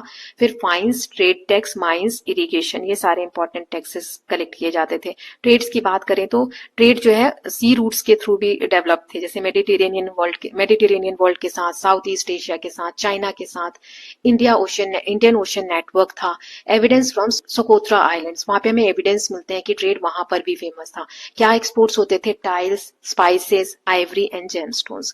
देन यहाँ ना उस समय की सोसाइटी कैसी थी? तो चाइना के एक ट्रैवलर थे फाहियान, वो इस समय में विजिट किए थे, तो उनके अकाउंट से हमें पता चलता है कि सिटी प्रॉस्पेरियस थी, वेल्दी मर्चेंट्स थे, चैरिटी हॉस्पिटल थे, फिली स्ट्रीट्स थी, सैलरीड ऑफिशियल्स थे, ऑफिसर्स को सैलरी दी जाती थी। किंग एंड राइचियस सोसाइटी, मतलब न्यायपूर्ण सोसाइटी थी वहां पर। लेकिन कुछ चीजें लेकिन बताई गई, जैसे हार्श ट्रीटमेंट होता था चंडालास के साथ, जिन्हें आउटकास्ट समझा जाता था। ओके, नाउ नेक्स्ट आगे बढ़ते हैं। Art and architecture. यहाँ बताओ फाहियान जो थे वो किस कंट्री से आए हुए थे? ठीक है, तो इनके बारे में बताओ ना। आर्ट एंड आर्किटेक्चर, अजंता केव जो है इस समय में डेवलप हुए, केव पेंटिंग्स, जातका टील्स वहां पर दिखाई गई हैं पेंटिंग्स में। बोधि सत्व पद्म पानी का वहां पे पेंटिंग किया गया है। उदयगिरी जो केव्स हैं वहां पे हिंदू रॉक कट टेम्पल्स हैं, विष्णु के स्कल्पचर्स हैं, सारनाथ में बुद्धा के स्कल्पचर्स हैं, देवगढ़ टेम्पल जो है दशावतारा टेम्पल यहाँ पर है, विष्णु और शेषनाग यहाँ पे बनाए गए हैं। आयन पिलर 1600 ईयर ओल्ड है, लेकिन वो रस्ट रेसिस्टेंट है, मतलब अभी तक उस पर जंग नहीं लगी है। गुप्ता आर्ट जो है वो बैलेंस, हार्मनी और आइडियल ब्यूटी के लिए जाना जाता है। देन लिटरेचर इस समय में कालिदास की मेघदूतम, मैंने क्वेश्चन पूछा था उसमें मेघदूत आंसर है। एक है रघुवंशम, रिफाइंड संस्कृत पोएट्री उसमें हमें देखने को मिलती है। पुरानास कंपाइल हुए इस समय में, 18 जो पुराण है और एक्सपैंड हुए। साइंस एंड मैथमेटिक्स की बात करें तो आर्यभट्ट इस समय में फेमस थे, जिन्होंने बताया अर्थ रोटेट करती है अपने एक्सिस पे, एक साल का एक्यूरेट उन्होंने लेंथ बताया। सोलर और लूनर इक्लिप्स के बारे में बताया, अर्थ के साइज को एस्टिमेट किया, अंदाजा लगाया। वरामिहिर जो थे वो बृहद संहिता इन्होंने लिखी, वेदर फोरकास्टिंग कैसे हो, टाउन प्लानिंग कैसे हो, एग्रीकल्चर कैसे किया जाए, इसके ऊपर उन्होंने बहुत सारी चीजें बताई है। आयुर्वेदा जो इस समय में डेवलप हुआ, चरक संहिता, सुश्रुत संहिता फाइनलाइज हुई, इसमें बहुत सारी हीलिंग अप्रोच के बारे में बताया गया है, सर्जिकल टेक्निक्स के बारे में बताया गया है, डाइट एंड मेडिसिन के बारे में बताया गया है। अदर जो कॉन्टेम्प्ररी किंगडम्स थे उस समय के, मैंने बताया पूरे इंडिया में अलग अलग शासन व्यवस्था थी, अलग अलग लोग शासन कर रहे थे। जैसे पल्लवास, इनकी कैपिटल कांचीपुरम है ना, ये मैंने पूछा था आपसे। ये शिवा के डिवोटी थे, इन्होंने रॉक कट टेम्पल्स बनवाए। सेंटर ऑफ लर्निंग के फॉर्म में घटिकास कहा जाता था, स्कूल जैसे आज के होते हैं उस तरीके से सेंटर ऑफ लर्निंग डेवलप किए गए। कामरूप जो आसाम में है, ब्रह्मपुत्र वैली में, यहाँ वर्मन डायनेस्टी रूल करती थी। कल्चरल और रिलीजियस सेंटर्स हुआ करते थे। वकाटका सेंट्रल इंडिया में रूल करते थे, ये गुप्ता के अलाइज थे ना, गुप्तास के साथ वर्क करते थे। और अजंता केव में यहाँ पर इन्होंने सपोर्ट दिखाया था, जो भी यहाँ पे डेवलपमेंट्स हुए उसमें। नाउ नेक्स्ट है, आगे बढ़ने से पहले बताओ कामरूप कहाँ पर था, कामरूप में कौन सा रूलर फेमस था और ये कहाँ किस एरिया में डेवलप है। देन डिक्लाइन ऑफ गुप्तास का डिक्लाइन कैसे हुआ? हुनास ने इन्वेजन किया सेंट्रल एशिया से, जिसकी वजह से जो बाद के राजा थे वो रूलर जो थे वो वीक थे और उनका कंट्रोल नहीं रह पाया। फिर रीजनल पावर राइज होने लगे, एम्पायर जो है टूट गया छोटे छोटे पार्ट्स में 6th सेंचुरी सीई के अराउंड। ओके, नाउ इस चैप्टर में हमने क्या क्या सीखा? गुप्ता एम्पायर में पॉलिटिकल स्टेबिलिटी थी और कल्चरल एक्सप्लोजन था। मेजर प्रोग्रेस साइंस और आर्ट के फील्ड में, लिटरेचर के फील्ड में हमें देखने को मिला। एडमिनिस्ट्रेशन और ट्रेड बहुत स्ट्रांग था, लास्टेड फॉर सेंचुरीज, इसका जो प्रभुत्व था बहुत समय तक चला। Truly one of the high point of Indian civilization. Now with this we are done with theme B. सारे चैप्टर हमने थीम बी के देख लिए हैं। अब थीम सी देखेंगे, our cultural heritage and knowledge tradition. इसमें एक ही चैप्टर है, चैप्टर नंबर 8, उसको देख लेते हैं। How the land becomes sacred, land कैसे सेक्रेड बनता है, कोई भी जगह जो है कैसे हम कहने लगते हैं कि वो जगह पवित्र है। तो इसके बिग क्वेश्चन देख लेते हैं, सेक्रेडनेस होता क्या है, पवित्रता क्या होती है, जिसमें कुछ डीपली रिलीजियस या स्पिरिचुअल हो, आत्मिक तौर पर धार्मिक तौर पर वो बहुत मायने रखती हो, रिस्पेक्ट और रेवरेंस दिया जाता हो उसके लिए, वो जगह बहुत इंपॉर्टेंट हो, होली और डिवाइन, मतलब हम बोल सकते हैं हमारे लिए पवित्र हो कोई जगह, ठीक है। जैसे सेक्रेडनेस किसे कहा जाता है, एक सेक्रेड प्लेस हो सकता है, कोई श्राइन हो सकता है, कोई मंदिर हो सकता है, कोई पिलग्रिमेज जर्नी जैसे तीर्थ यात्रा करते हैं वो जगह हो सकती है, पिलग्रिमेज रूट हो सकता है, वो रास्ते को भी हम कह सकते हैं, या पूरी धरती भी सेक्रेड हो सकती है। इंडिया में सेक्रेडनेस जो है क्लोजली कनेक्ट होता है ज्योग्राफी से, कल्चर से, ट्रेडिशन से और स्पिरिचुअलिटी से। कोई भी लैंड कैसे सेक्रेड हो जाता है, ये बहुत इंपॉर्टेंट क्वेश्चन है, ये आएगा आपके एग्जाम में। So land becomes sacred through sacred sites, temples, stupas, dargah, takht, ये सारे सेक्रेड साइट्स होते हैं। या कोई पिलग्रिमेज का रास्ता है किसी कंट्री में तो उसे हम सेक्रेड साइट बोलते हैं। सेक्रेड पवित्र नदियां भी हो सकती है, गंगा, यमुना, नर्मदा, कावेरी। सेक्रेड माउंटेन्स हो सकते हैं, कैलाश पर्वत, तिरुमला, वैष्णो देवी। सेक्रेड ट्रीज हो सकते हैं, पीपल के पेड़ की पूजा करते हैं, बोधि ट्री। सेक्रेड ग्रूव्स हो सकते हैं, प्रोटेक्टेड बाय कम्युनिटीज। ग्रूव्स यानी पेड़ पौधे, कुछ ऐसे पेड़ पौधे होते हैं जैसे नीम का पेड़, जैसे पीपल का पेड़, इसकी लोग पूजा करते हैं ना। नेटवर्क लाइक्स 4 धाम, 12 ज्योतिर्लिंग, 51 शक्तिपीठ, ये सारे क्या है, ये पूरी इंडिया में फैले हुए हैं और पूरी ज्योग्राफी को कनेक्ट करते हैं। इसीलिए पूरा India, entire land is viewed as divine, है ना। ऐसा समझा जाता है कि मानो मदर शक्ति, जो शक्ति है, जो कोई एक शक्ति है डिवाइन, उसकी ये बॉडी के पार्ट्स हैं, है ना। ये पूरा हमारा इंडिया इन सब चीजों से मिलकर क्या बनता है, एक पवित्र जगह बनती है। नाउ थर्ड क्वेश्चन इसमें है कि how do sacred sites and pilgrimage network connect with people's life and culture. ये जो हमने सेक्रेड साइट्स पढ़े, पिलग्रिमेज नेटवर्क्स पढ़े, ये कैसे लोगों को और कल्चर को कनेक्ट करते हैं। तो पिलग्रिमेज एक स्पिरिचुअल ग्रोथ होती है, आत्मिक तौर पर हमें शांति मिलती है, हमारे अंदर डेवलपमेंट होते हैं, डिसिप्लिन और सेल्फ कंट्रोल ये एनकरेज करते हैं। कल्चर का एक्सचेंज होता है, लोगों को अलग अलग डिफरेंट रीजन के लोगों को कनेक्ट करते हैं। लोकल इकोनॉमीज डेवलप होती है। आप कहीं तीर्थ यात्रा पे जाते हो तो वहां बहुत सारे लोग दुकान लगाकर बैठे होते हैं, सामान बेचते हैं। कई मंदिर वगैरह जाते हो तो क्या है, लोकल इकोनॉमीज डेवलप हो रही है, ट्रेड रूट ओवरलैप होते हैं, पिलग्रिम्स मीट करते हैं, जैसे ट्रेडर्स, स्कॉलर्स, डिबेटर्स, टीचर्स यहाँ पर मिलते हैं, जिसकी वजह से आइडियाज एक्सचेंज होते हैं, लैंग्वेज एक्सचेंज होते हैं, कस्टम ट्रेडिशन एक्सचेंज होते हैं और इंटीग्रेशन होता है, मतलब एक दूसरे के आइडियाज को अपनाते हैं लोग, समझते हैं, है ना। Then next is what role did sacred geography play in cultural integration. Sacred geography का क्या रोल है इस इंटीग्रेशन में। इंटीग्रेशन मतलब जो सब लोग मिल रहे हैं, एक दूसरे के आइडियाज को अपना रहे हैं, तो इसमें सेक्रेड ज्योग्राफी का क्या रोल है। अभी हमने देखा कि लोग जो है ट्रैवल करते हैं नॉर्थ से साउथ, ईस्ट से वेस्ट, इससे एक कंट्री की फीलिंग आती है, एक कल्चर की फीलिंग आती है। हम अलग अलग भाषा बोल रहे हैं, सब बोल रहे हैं, फिर भी अगर आप नॉर्थ में भी रहते हो और साउथ में कोई जगह घूमने जा रहे हो तो कहते हो मेरे देश का ये हिस्सा है ना। एक यूनिटी डेवलप होती है। कनेक्टेड डिस्टेंट रीजन, अलग अलग रीजन को ये कनेक्ट करते हैं, जिसमें कि जो इंपॉर्टेंट एपिक्स हैं जैसे रामायण महाभारत, नॉर्थ में भी है साउथ में भी है, तो ये जो रामायण महाभारत जैसे महाकाव्य है, ये पूरे इंडिया को, पूरे देश को कनेक्ट करते हैं। ट्रेड रूट्स लिंक होते हैं पिलग्रिमेज रूट्स के साथ, राइट। तो इससे क्या हम देखते हैं कि पावरफुल एक फोर्स डेवलप होती है, जिससे कि इतनी डाइवर्सिटी में भी हमें यूनिटी देखने को मिलती है। नाउ टॉपिक एंड सब टॉपिक वाइज समरी देख लेते हैं। पहला है सेक्रेडनेस का मीनिंग क्या होता है। Sacred means Holi, divine, spiritually important. इसको हम प्लेसेस, ऑब्जेक्ट्स, जर्नी या नेचुरल फीचर से कनेक्ट कर सकते हैं। देन पिलग्रिमेज यानी तीर्थ यात्रा, तीर्थ मतलब होता है crossing place, symbolically crossing from ordinary life to higher spiritual life, मतलब यात्रा करना एक नॉर्मल लाइफ से स्पिरिचुअल, आत्मिक जहां पे शांति मिल रही हो वहां जाना। फिजिकल जर्नी से इनर जर्नी की तरफ बढ़ना। कोड ऑफ कंडक्ट रिक्वायर्ड, कि एक आप डिसिप्लिन फॉलो करोगे, एक पर्टिकुलर तरीके से आप बिहेव करोगे। 3000 ईयर से प्रैक्टिस किया जा रहा है। सेक्रेड साइट्स डिफरेंट रीजन के अगर हम देखें, जैसे इस्लाम में दरगाह शरीफ है अजमेर में, क्रिश्चियनिटी में विल्कानिक चर्च है, बुद्धिज्म में सांची स्तूप है, महाबोधि टेम्पल है बोध गया में, सिखिज्म में अकाल तख्त है अमृतसर में, तख्त श्री पटना साहिब है, तख्त श्री केसरगढ़ साहिब है। हिंदुइज्म में देखो तो 4 धाम है, ज्योतिर्लिंग है, शक्तिपीठास है। जैनिज्म में Mount Abu, Girnar, then Shatrunjaya hills, right. Sacred geography क्या होती है, पवित्र, जो इस किसी ज्योग्राफी को कोई चीज पवित्र बना रही हो, किसी एरिया को, जैसे तीर्थ यात्रा के जो नेटवर्क्स है पूरे इंटायर इंडिया को कनेक्ट करते हैं, जैसे 4 धाम चारों कॉर्नर में है, 51 शक्तिपीठ जो है 51 वो पूरे सब कॉन्टिनेंट में फैली हुई है। ये जो इंटायर लैंड है इसे एक देवी के रूप में, देवी के शरीर के रूप में समझा जाता है। Land itself become sacred. इतनी सारी चीजें होने से जो एरिया है उसको ही सेक्रेड समझने लग जाते हैं। सो ज्योग्राफी कल्चर, ये सब मिलके स्पिरिचुअली कॉम्बिनेशन बनता है और कोई भी जगह सेक्रेड बन जाती है। सेक्रेड इकोलॉजी क्या होता है? इकोलॉजी मतलब एनवायरमेंट से रिलेटेड। तो ऐसे प्लेसेस जैसे कि नदी के किनारे कोई है या संगम है, हम बोलते हैं ना संगम, यहाँ पे महाकुंभ लग रहा है तो नदी का वहां संगम है, तो ये सब क्या हुआ, अब नदियां भी पवित्र बन रही है। हिल साइड है, फॉरेस्ट है, जैसे पवित्र नदियां हैं गंगा, यमुना, गोदावरी, नर्मदा, सिंधु, कावेरी, राइट। यहाँ पे बहुत सारे रिचुअल्स, रीति रिवाज फॉलो किए जाते हैं। जैसे कुंभ मेला का मैंने एग्जाम्पल दिया, यहाँ पे अमृत मंथन हुआ था, इस हिसाब से हरिद्वार, प्रयागराज, नासिक और उज्जैन में ये कुंभ लगता है, right. Millions gather for sacred day, स्नान करने के लिए मिलियंस लोग इकट्ठा होते हैं। यूनेस्को ने इसे कुंभ मेला को इंटेंजिबल हेरिटेज डिक्लेयर किया है। माउंटेन्स और फॉरेस्ट भी सेक्रेड हो जाते हैं, इन्हें भी पवित्र कहने लगते हैं हम। जैसे इन्हें हेवन, स्वर्ग जाने का रास्ता कहा जाता है। हिल टॉप पे, पहाड़ के ऊपर टेम्पल्स, ये सिंबलाइज करते हैं इनर एफर्ट्स को। Example mount Kailash, Vaishno Devi, Tiruvannamalai, right. Then sacred trees and groves, जैसे पीपल, बोधि ट्री जो होता है, जैसे हिंदुइज्म, बुद्धिज्म, जैनिज्म, सिखिज्म, सब में पवित्र समझा जाता है, राइट। एंशियंट टाइम से ही मोहनजोदारो सील में भी इसका मेंशन है।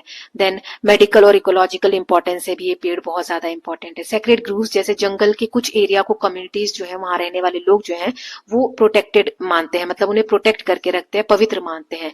जैसे बहुत सारे ऐसे रीजनल नेम्स है, देवरई, मथई कम्युनिटी, कावू मलयालम, देववन हिंदी, देन सारना झारखंड, है ना। तो ये एरिया होते हैं जंगल के अंदर जिन्हें ये पवित्र बनाते हैं। प्रिजर्व बायोडाइवर्सिटी, ये क्या करते हैं, बायोडाइवर्स, अब उस एरिया को, पर्टिकुलर जंगल के उस एरिया को आपने पवित्र माना तो क्या होगा, उसमें जो भी पेड़ पौधे उनको आप काटोगे नहीं, जो भी जीव जंतु है, डाइवर्सिटी क्या होगी, प्रिजर्व होगी। वाटर कंजर्वेशन में भी हेल्प मिलता है। Now four from pilgrimage to trade, pilgrimage यानी तीर्थ यात्रा पे आप जा रहे हैं, ठीक है, ये ट्रेड रूट से भी ओवरलैप होता है, व्यापारी भी उसी रास्ते से जा रहे हैं, राइट। तो उससे जैसे दो इंपॉर्टेंट रूट्स के बारे में हमने पढ़ा, उत्तर पथ और दक्षिण पथ। यहाँ जब लोग जाते हैं तो ट्रेड होता है, जैसे स्पाइसेस का, पर्ल्स का, गोल्ड का, कॉटन का, सैंडलवुड यानी चंदन का। सो ट्रेडर्स ओफन ऑल्सो पिलग्रिम्स, तीर्थ यात्रा पे जाने वाले लोग अधिकतर व्यापारी भी होते हैं। सो इससे क्या हुआ, इकोनॉमी स्ट्रेंथन हुई और कल्चर का भी इंटीग्रेशन हुआ। फिर sacred geography beyond India, India से ऐसा नहीं, इंडिया में ही ऐसा है, ग्रीस में भी सेक्रेड माउंटेन्स है। Native American viewed nature as sacred, Maoris जो है न्यूजीलैंड के, वो माउंटेन्स को एंसेस्टर समझते हैं। Then sacred world view prevents exploitation, जो पवित्र अगर किसी जगह को हम मान रहे तो उसे हम एक्सप्लॉइट नहीं करते, अलग तरीके से, गलत तरीके से यूज नहीं करते।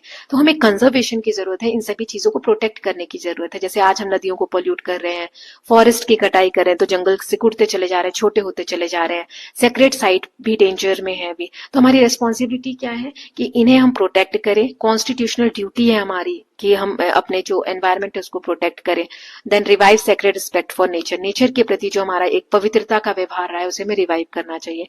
फाइनल अंडरस्टैंडिंग, इस चैप्टर से हमने क्या सीखा कि सेक्रेडनेस जो है कनेक्ट करती है spirituality with geography, pilgrimage shaped Indian civilization, sacred geography unity बनाती है, इकोलॉजी प्रोटेक्ट करती है through belief, sacred world view promote sustainability. Okay, now with this we are done with theme C, our cultural heritage and knowledge tradition. इसका एक ही chapter था, chapter 8 how the land became sacred, ये हम कर चुके हैं। अब हम थीम डी देखेंगे, गवर्नेंस एंड डेमोक्रेसी, इसका chapter number 9, from the rulers to the ruled, type of democracy. चलिए स्टार्ट करते हैं इसके बिग क्वेश्चन के साथ। तो पहला बिग क्वेश्चन है, what are the different types of government. तो इस चैप्टर में हमने देखा था डेमोक्रेटिक गवर्नमेंट होते हैं जिसमें डायरेक्ट और रिप्रेजेंटेटिव, दो टाइप की डेमोक्रेसी होती है। रिप्रेजेंटेटिव में भी दो होते हैं, एक पार्लियामेंट्री डेमोक्रेसी और दूसरी presidential democracy. Other form of government में मोनार्की है, जहां पे एब्सोल्यूट मोनार्की होती है और कॉन्स्टिट्यूशनल मोनार्की होती है। देन थियोक्रेसी, डिक्टेटरशिप और ओलिगार्की, ये सारे types of other forms of government है ना, किसके अलावा, डेमोक्रेसी के अलावा। Now next is where do government get their power from, government को पावर कहां से मिलती है। तो डेमोक्रेसी में लोगों से मिलती है, मोनार्की में हेरिडिटरी रूलर्स होते हैं, जो राजा हैं वो फैमिली के हिसाब से बनते हैं, मतलब जिस फैमिली के हैं उसी फैमिली में आगे चलकर कोई व्यक्ति राजा बनेगा। थियोक्रेसी में पावर जो है ये रिलीजन और रिलीजियस अथॉरिटी से आती है, मतलब वहां पे धर्म ग्रंथ है या धर्म है उसके हिसाब से देश जो है चलता है। डिक्टेटरशिप में एक किसी व्यक्ति के कंट्रोल में है ना, पावर कम्स फ्रॉम फोर्स, यहाँ पे फोर्सफुली कंट्रोल किया जाता है किसी एक पर्सन या किसी एक ग्रुप के द्वारा। ओलिगार्की में पावर जो है स्मॉल वेल्दी और पावरफुल ग्रुप, मतलब कुछ ताकतवर लोग हैं, कुछ वेल्दी पैसे वाले लोग हैं, वो लोग मिलकर पूरे देश का या पूरी जो भी संस्था की हम बात कर रहे हैं उसमें शासन चलाते हैं, तो उसे ओलिगार्की कहते हैं। नाउ नेक्स्ट क्वेश्चन है, how does a countries government interact with the people? किसी भी देश की जो गवर्नमेंट है लोगों से कैसे बातचीत करती है? तो पहले लोगों के लिए लॉ बनाने का काम लेजिस्लेटिव फंक्शन गवर्नमेंट करती है, इंप्लीमेंटिंग लॉ को पूरा करने का एग्जीक्यूटिव फंक्शन गवर्नमेंट करती है, एंश्योरिंग लॉज आर फॉलोड, की लॉ सही से फॉलो हो रहे हैं कि नहीं, जुडिशरी ये काम करती है, होल्डिंग इलेक्शन, हम कैसे पार्टिसिपेट करते हैं, क्योंकि इलेक्शंस होते हैं तो हम डिसाइड करते हैं गवर्नमेंट कौन बनेंगे डेमोक्रेसीज में, राइट। सर्विसेज गवर्नमेंट हमें प्रोवाइड करती है जैसे एजुकेशन, हेल्थ और सिक्योरिटी, कलेक्टिंग टैक्सेस, गवर्नमेंट हमसे टैक्स कलेक्ट करती है, इंश्योरिंग वेलफेयर एंड डेवलपमेंट, देश अच्छे से ग्रोथ करे, डेवलपमेंट हो, ये सब गवर्नमेंट इंश्योर करती है। So in democracy government is accountable to people, लोगों के प्रति उत्तरदायी होता है गवर्नमेंट का, नहीं तो जो लोग हैं वो एक्शन लेते हैं, इलेक्शन में उन्हें चुनेंगे नहीं नेक्स्ट में, राइट। नेक्स्ट क्वेश्चन है, why does democracy matter? Democracy क्यों इतना मैटर करती है? इट मैटर्स बिकॉज यहाँ पर इक्वालिटी बिफोर लॉ है, लॉ सबके लिए बराबर होता है, इसमें freedom of speech and expression, आप जो बात रखना चाहते हैं रख सकते हैं, आपको कोई भी दबाव नहीं देगा कि आप बोलो मत। यूनिवर्सल एडल्ट फ्रेंचाइजी है, मतलब कि जो भी 18 साल या उससे ज्यादा के व्यक्ति हैं वो इलेक्शन में पार्टिसिपेट कर सकते हैं, ये सिटीजन को अलाउ करते हैं कि गवर्नमेंट को आप चेंज कर सकते हो through the process of election. Judiciary independent है, जुडिशरी के काम में कोई भी हस्तक्षेप नहीं कर सकता। Then promotes welfare of all citizen, सभी जो नागरिक है उनके वेलफेयर के लिए, भलाई के लिए सरकार काम करती है, इसीलिए डेमोक्रेसी मैटर करती है। हालांकि डेमोक्रेसी के अपने चैलेंजेस है, इसमें करप्शन देखने को मिलता है, इनइक्वालिटी, मिसयूज ऑफ पावर, फिर भी it is considered as best system for protecting people's right. अब हम टॉपिक वाइज, सब टॉपिक वाइज समरी देख लेते हैं। तो पहला टॉपिक है व्हाट इज गवर्नमेंट? गवर्नमेंट होता क्या है? गवर्नमेंट एक सिस्टम है, गवर्नमेंट एक बॉडी है जो कि लॉ और ऑर्डर मेंटेन करती है, सिक्योरिटी बनाकर रखती है, डिफेंस देखती है, हमारे देश की रक्षा का जो काम है वो देखती है, पब्लिक सर्विसेज प्रोवाइड करती है, इकोनॉमी जो हमारे देश की अर्थव्यवस्था है उसको चलाती है, लोगों की भलाई के लिए काम करती है, और रिलेशन जो है दूसरी कंट्रीज के साथ बनाकर रखती है।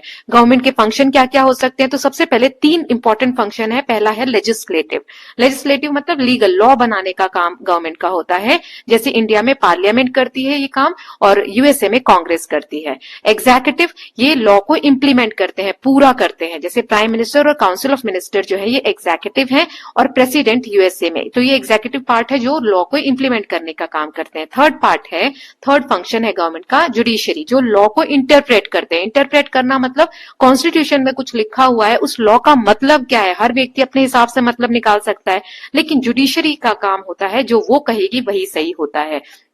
देन फंडामेंटल राइट्स को प्रोटेक्ट करने का काम जुडिशरी का होता है।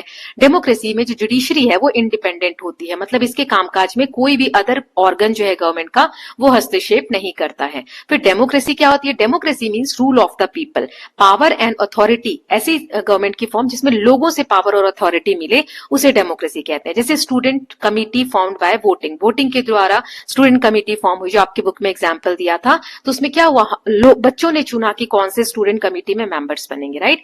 फंडामेंटल प्रिंसिपल्स क्या है डेमोक्रेसी में? तो डेमोक्रेसी में सबसे पहले इक्वालिटी इंश्योर होती है कि हर व्यक्ति लॉ के बराबर इक्वल है, लॉ के सामने इक्वल है। Equal access to education and health care, सबको पढ़ाई का, हेल्थ केयर का, जैसे गवर्नमेंट हॉस्पिटल्स वगैरह है, गवर्नमेंट स्कूल है, इससे क्या है, शिक्षा का अधिकार सबको मिल रहा है।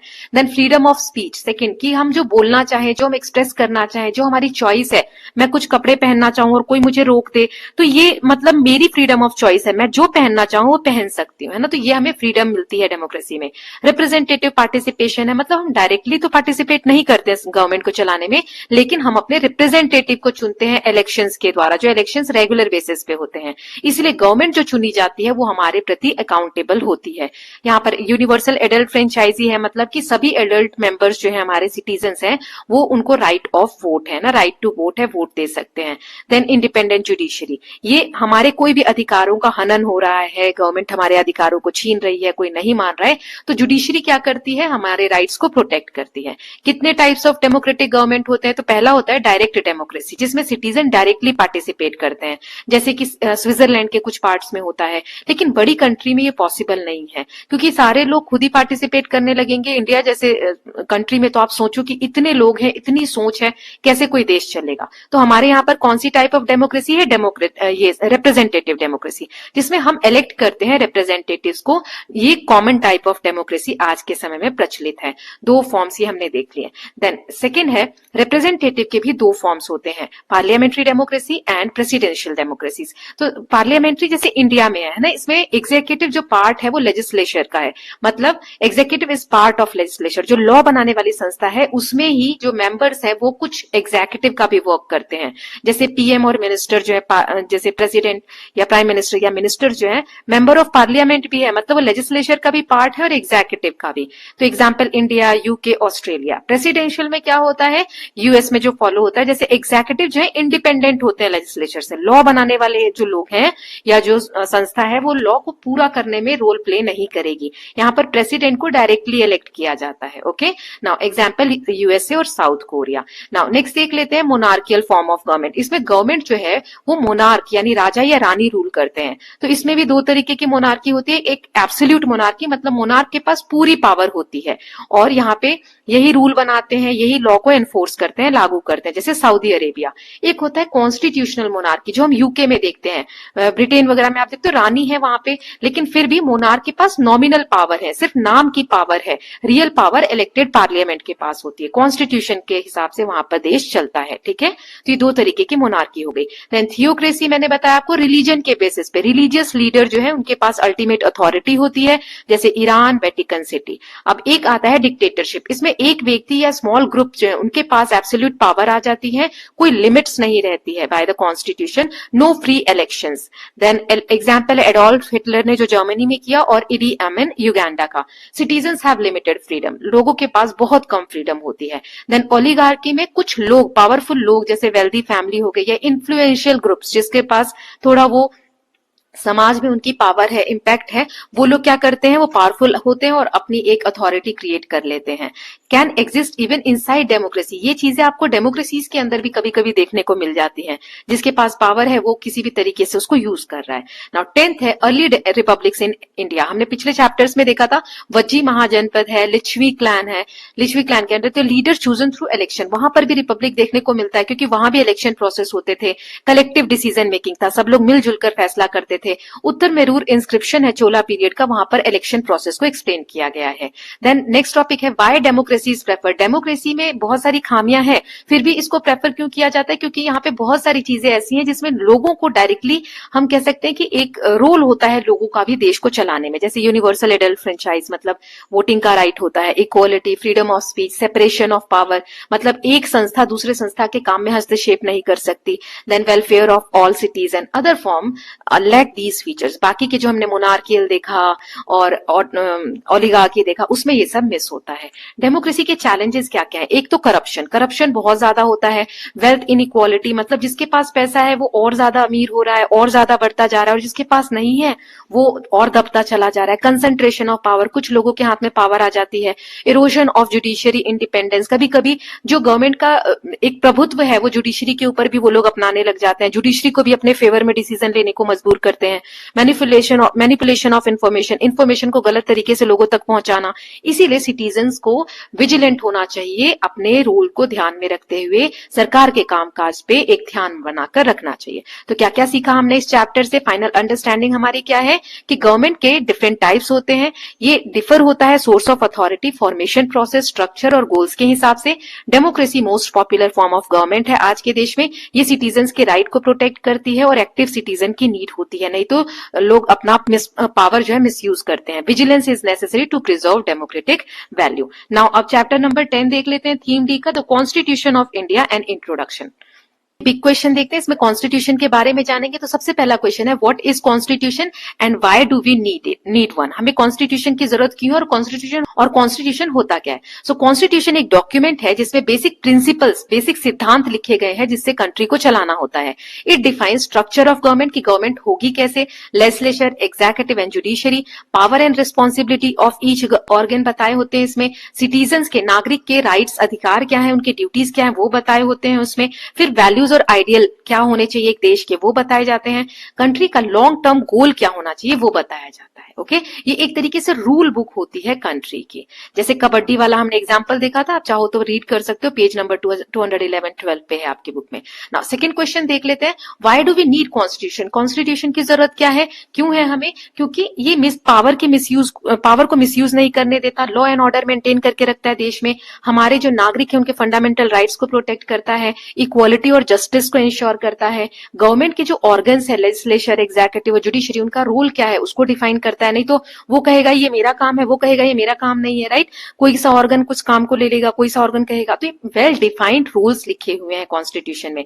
पॉलिसी मेकिंग कैसे होगी उसका गाइड है उसमें। फिर डिस्प्यूट अगर होते हैं, कोई मतभेद है, तो उसको कैसे पीसफुल तरीके से सॉल्व किया जाए, वो भी कॉन्स्टिट्यूशन में है। सो विदाउट अ कॉन्स्टिट्यूशन वहां पे कंफ्यूजन होगी, मिसयूज हो सकता है अथॉरिटी का, इसीलिए हमें कॉन्स्टिट्यूशन की जरूरत होती है। देन नेक्स्ट है, how was the Indian constitution prepared? कैसे प्रिपेयर हुआ इंडियन कॉन्स्टिट्यूशन? सो सबसे पहले 1946 में कॉन्स्टिट्यूएंट असेंबली बनी। फिर इसमें शुरू में 389 मेंबर्स थे, जब इंडिया का पार्टीशन हुआ तो बाद में 299 मेंबर्स बच गए।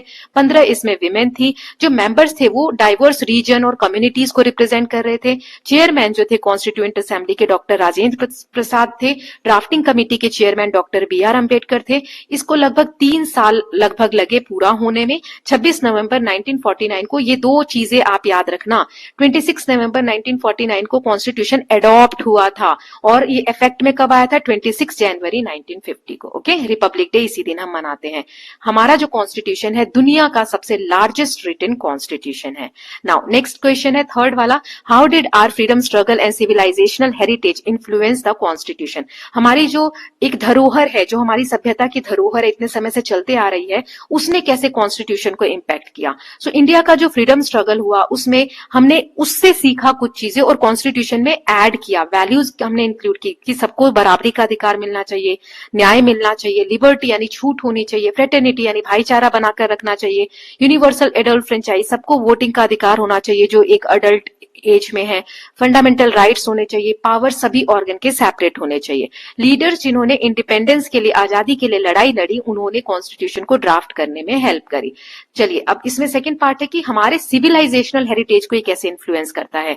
तो बहुत सारे जो आइडियाज है वो इंडिया के ट्रेडिशन से आए, जैसे वसुधैव कुटुंबकम कि पूरी दुनिया क्या है, एक फैमिली है, सर्वे भवन्तु सुखिना कि सभी लोग खुश रहें, रिस्पेक्ट फॉर डाइवर्सिटी, कितनी विविधता है, सबको रिस्पेक्ट करना, राजा का क्या धर्म है, duty of ruler, fundamental duties जो है कि नागरिकों के ऐसा नहीं कि सिर्फ अधिकार ही हैं, उनके ड्यूटीज भी होती हैं। ओके, जैसे कि रामायण, महाभारत, नालंदा, नटराज, मुगल आर्किटेक्चर, ये आपको इमेजेस दी गई हैं, इसके थ्रू समझाया गया है। ये कॉन्सेप्ट्स हमारे इतिहास से लिए गए हैं। Now next is influence from other countries. कुछ चीजें जो अच्छी लगी हमें दूसरे देश की कॉन्स्टिट्यूशन में, हमने वहां से भी लिया। जैसे ये लिबर्टी, इक्वालिटी और फ्रेटर्निटी का कॉन्सेप्ट हमने फ्रांस से लिया। इंडिपेंडेंट जुडिशरी का कॉन्सेप्ट हमने USA से लिया। DPSP, directive principle of state policy, हमने आयरलैंड से लिया। पार्लियामेंट्री सिस्टम हमने UK से लिया। क्या की फीचर्स हमारे कॉन्स्टिट्यूशन के, और आज के समय में भी हमारा जो कॉन्स्टिट्यूशन है वो इतना रेलिवेंट क्यों है, जबकि इतने साल पहले बनाया है ना, फिर भी आज भी हम उसको मानते हैं, उसमें चेंजेस किए जा सकते हैं कि नहीं, तो वो देख लेते हैं। तो की फीचर है, एक तो ये बताता है हमारे देश को कि हमारा देश सोवरेन है। सोवरेन मतलब हम किसी के अधीन नहीं है, हमारे ऊपर कोई और देश कंट्रोल नहीं कर रहा है, सोशलिस्ट है, सेक्युलर है, सभी धर्मों को समान अधिकार है, डेमोक्रेटिक है हमारा देश, रिपब्लिक है, गणतंत्र है, fundamental rights, duties, DPSP, directive principle of state policy, हमारे देश में फेडरल स्ट्रक्चर है कि मेन सेंटर है, फिर स्टेट्स बने हुए हैं, स्टेट्स के अंदर भी लोकल गवर्नमेंट है, सेपरेशन ऑफ पावर है, जुडिशरी इंडिपेंडेंट है। Okay, now why is it relevant today? आज भी ये लिविंग डॉक्यूमेंट की तरह क्यों है? क्योंकि ये अमेंड हो सकता है, समय के हिसाब से इसमें चेंज किए जा सकते हैं। अमेंडमेंट मतलब चेंज करना, नए पार्ट ऐड हो सकते हैं, जैसे फंडामेंटल ड्यूटी ऐड हुआ 1976 में, इसमें जो नीड्स के हिसाब से चेंजेस है वो अडेप्ट किए जाते हैं। सिटीजन्स के राइट को आज भी हमारा जो कॉन्स्टिट्यूशन है वो प्रोटेक्ट करता है। अब हम चैप्टर का टॉपिक एंड सब टॉपिक वाइज समरी देख लेते हैं। What is constitution? कॉन्स्टिट्यूशन क्या है? तो बेसिक लॉ है कंट्री का। ऑफिशियल्स जो भी नेता चुनकर आते हैं, जो भी हमारे जो ऑर्गन्स है गवर्नमेंट के, उनके मेंबर्स जब चुनकर आते हैं तो एक शपथ लेते हैं, ओथ लेते हैं कि वो इस कॉन्स्टिट्यूशन को प्रोटेक्ट करेंगे, अपहोल्ड करेंगे, इसके जो भी पॉइंट्स है उसको मानेंगे, है ना। जो हमारा कॉन्स्टिट्यूशन है ओरिजिनल, उसको सेफली प्रिजर्व किया गया है हिलियम फील्ड केस में। इसमें 25 पार्ट्स हैं, ओरिजिनल जो है 12 शेड्यूल्स हैं और बहुत सारे आर्टिकल्स हैं। फंक्शंस क्या है कॉन्स्टिट्यूशन के? ये गवर्नमेंट के स्ट्रक्चर को डिफाइन करता है, सेपरेशन ऑफ पावर बताता है, राइट्स एंड ड्यूटीज बताता है, पॉलिटिकल सिस्टम क्या है वो बताता है, और लॉन्ग टर्म हमारी कंट्री के क्या गोल्स होने चाहिए वो बताता है। कॉन्स्टिट्यूशन की राइटिंग का तो सबसे पहले 1946 में कॉन्स्टिट्यूएंट असेंबली बनी, जिसमें डाइवर्सिटी को रिप्रेजेंट किया गया था। हर व्यक्ति अलग अलग जो एक ग्रुप है, कम्युनिटी है, उसको रिप्रेजेंट कर रहा था। विमेन मेंबर भी थे। इनके जो ड्राफ्टिंग कमेटी के हेड थे या वो डॉक्टर BR अम्बेडकर थे।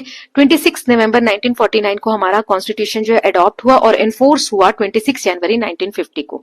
कॉन्स्टिट्यूएंट में इन्फ्लुएंस हमने देख लिया। फ्रीडम मूवमेंट से जो चीजें हमने सीखी जैसे justice, equality, liberty, fraternity, universal franchise, ये हमने इंक्लूड किया इसमें। और सिविलाइजेशनल हेरिटेज में जैसे unity in diversity, respect for different view points, duties of citizen, welfare orientation, ये अभी मैंने आंसर समझाते वक्त बता दिए, इसलिए मैं कम थी, मतलब फास्ट एक्सप्लेन कर रही हूँ।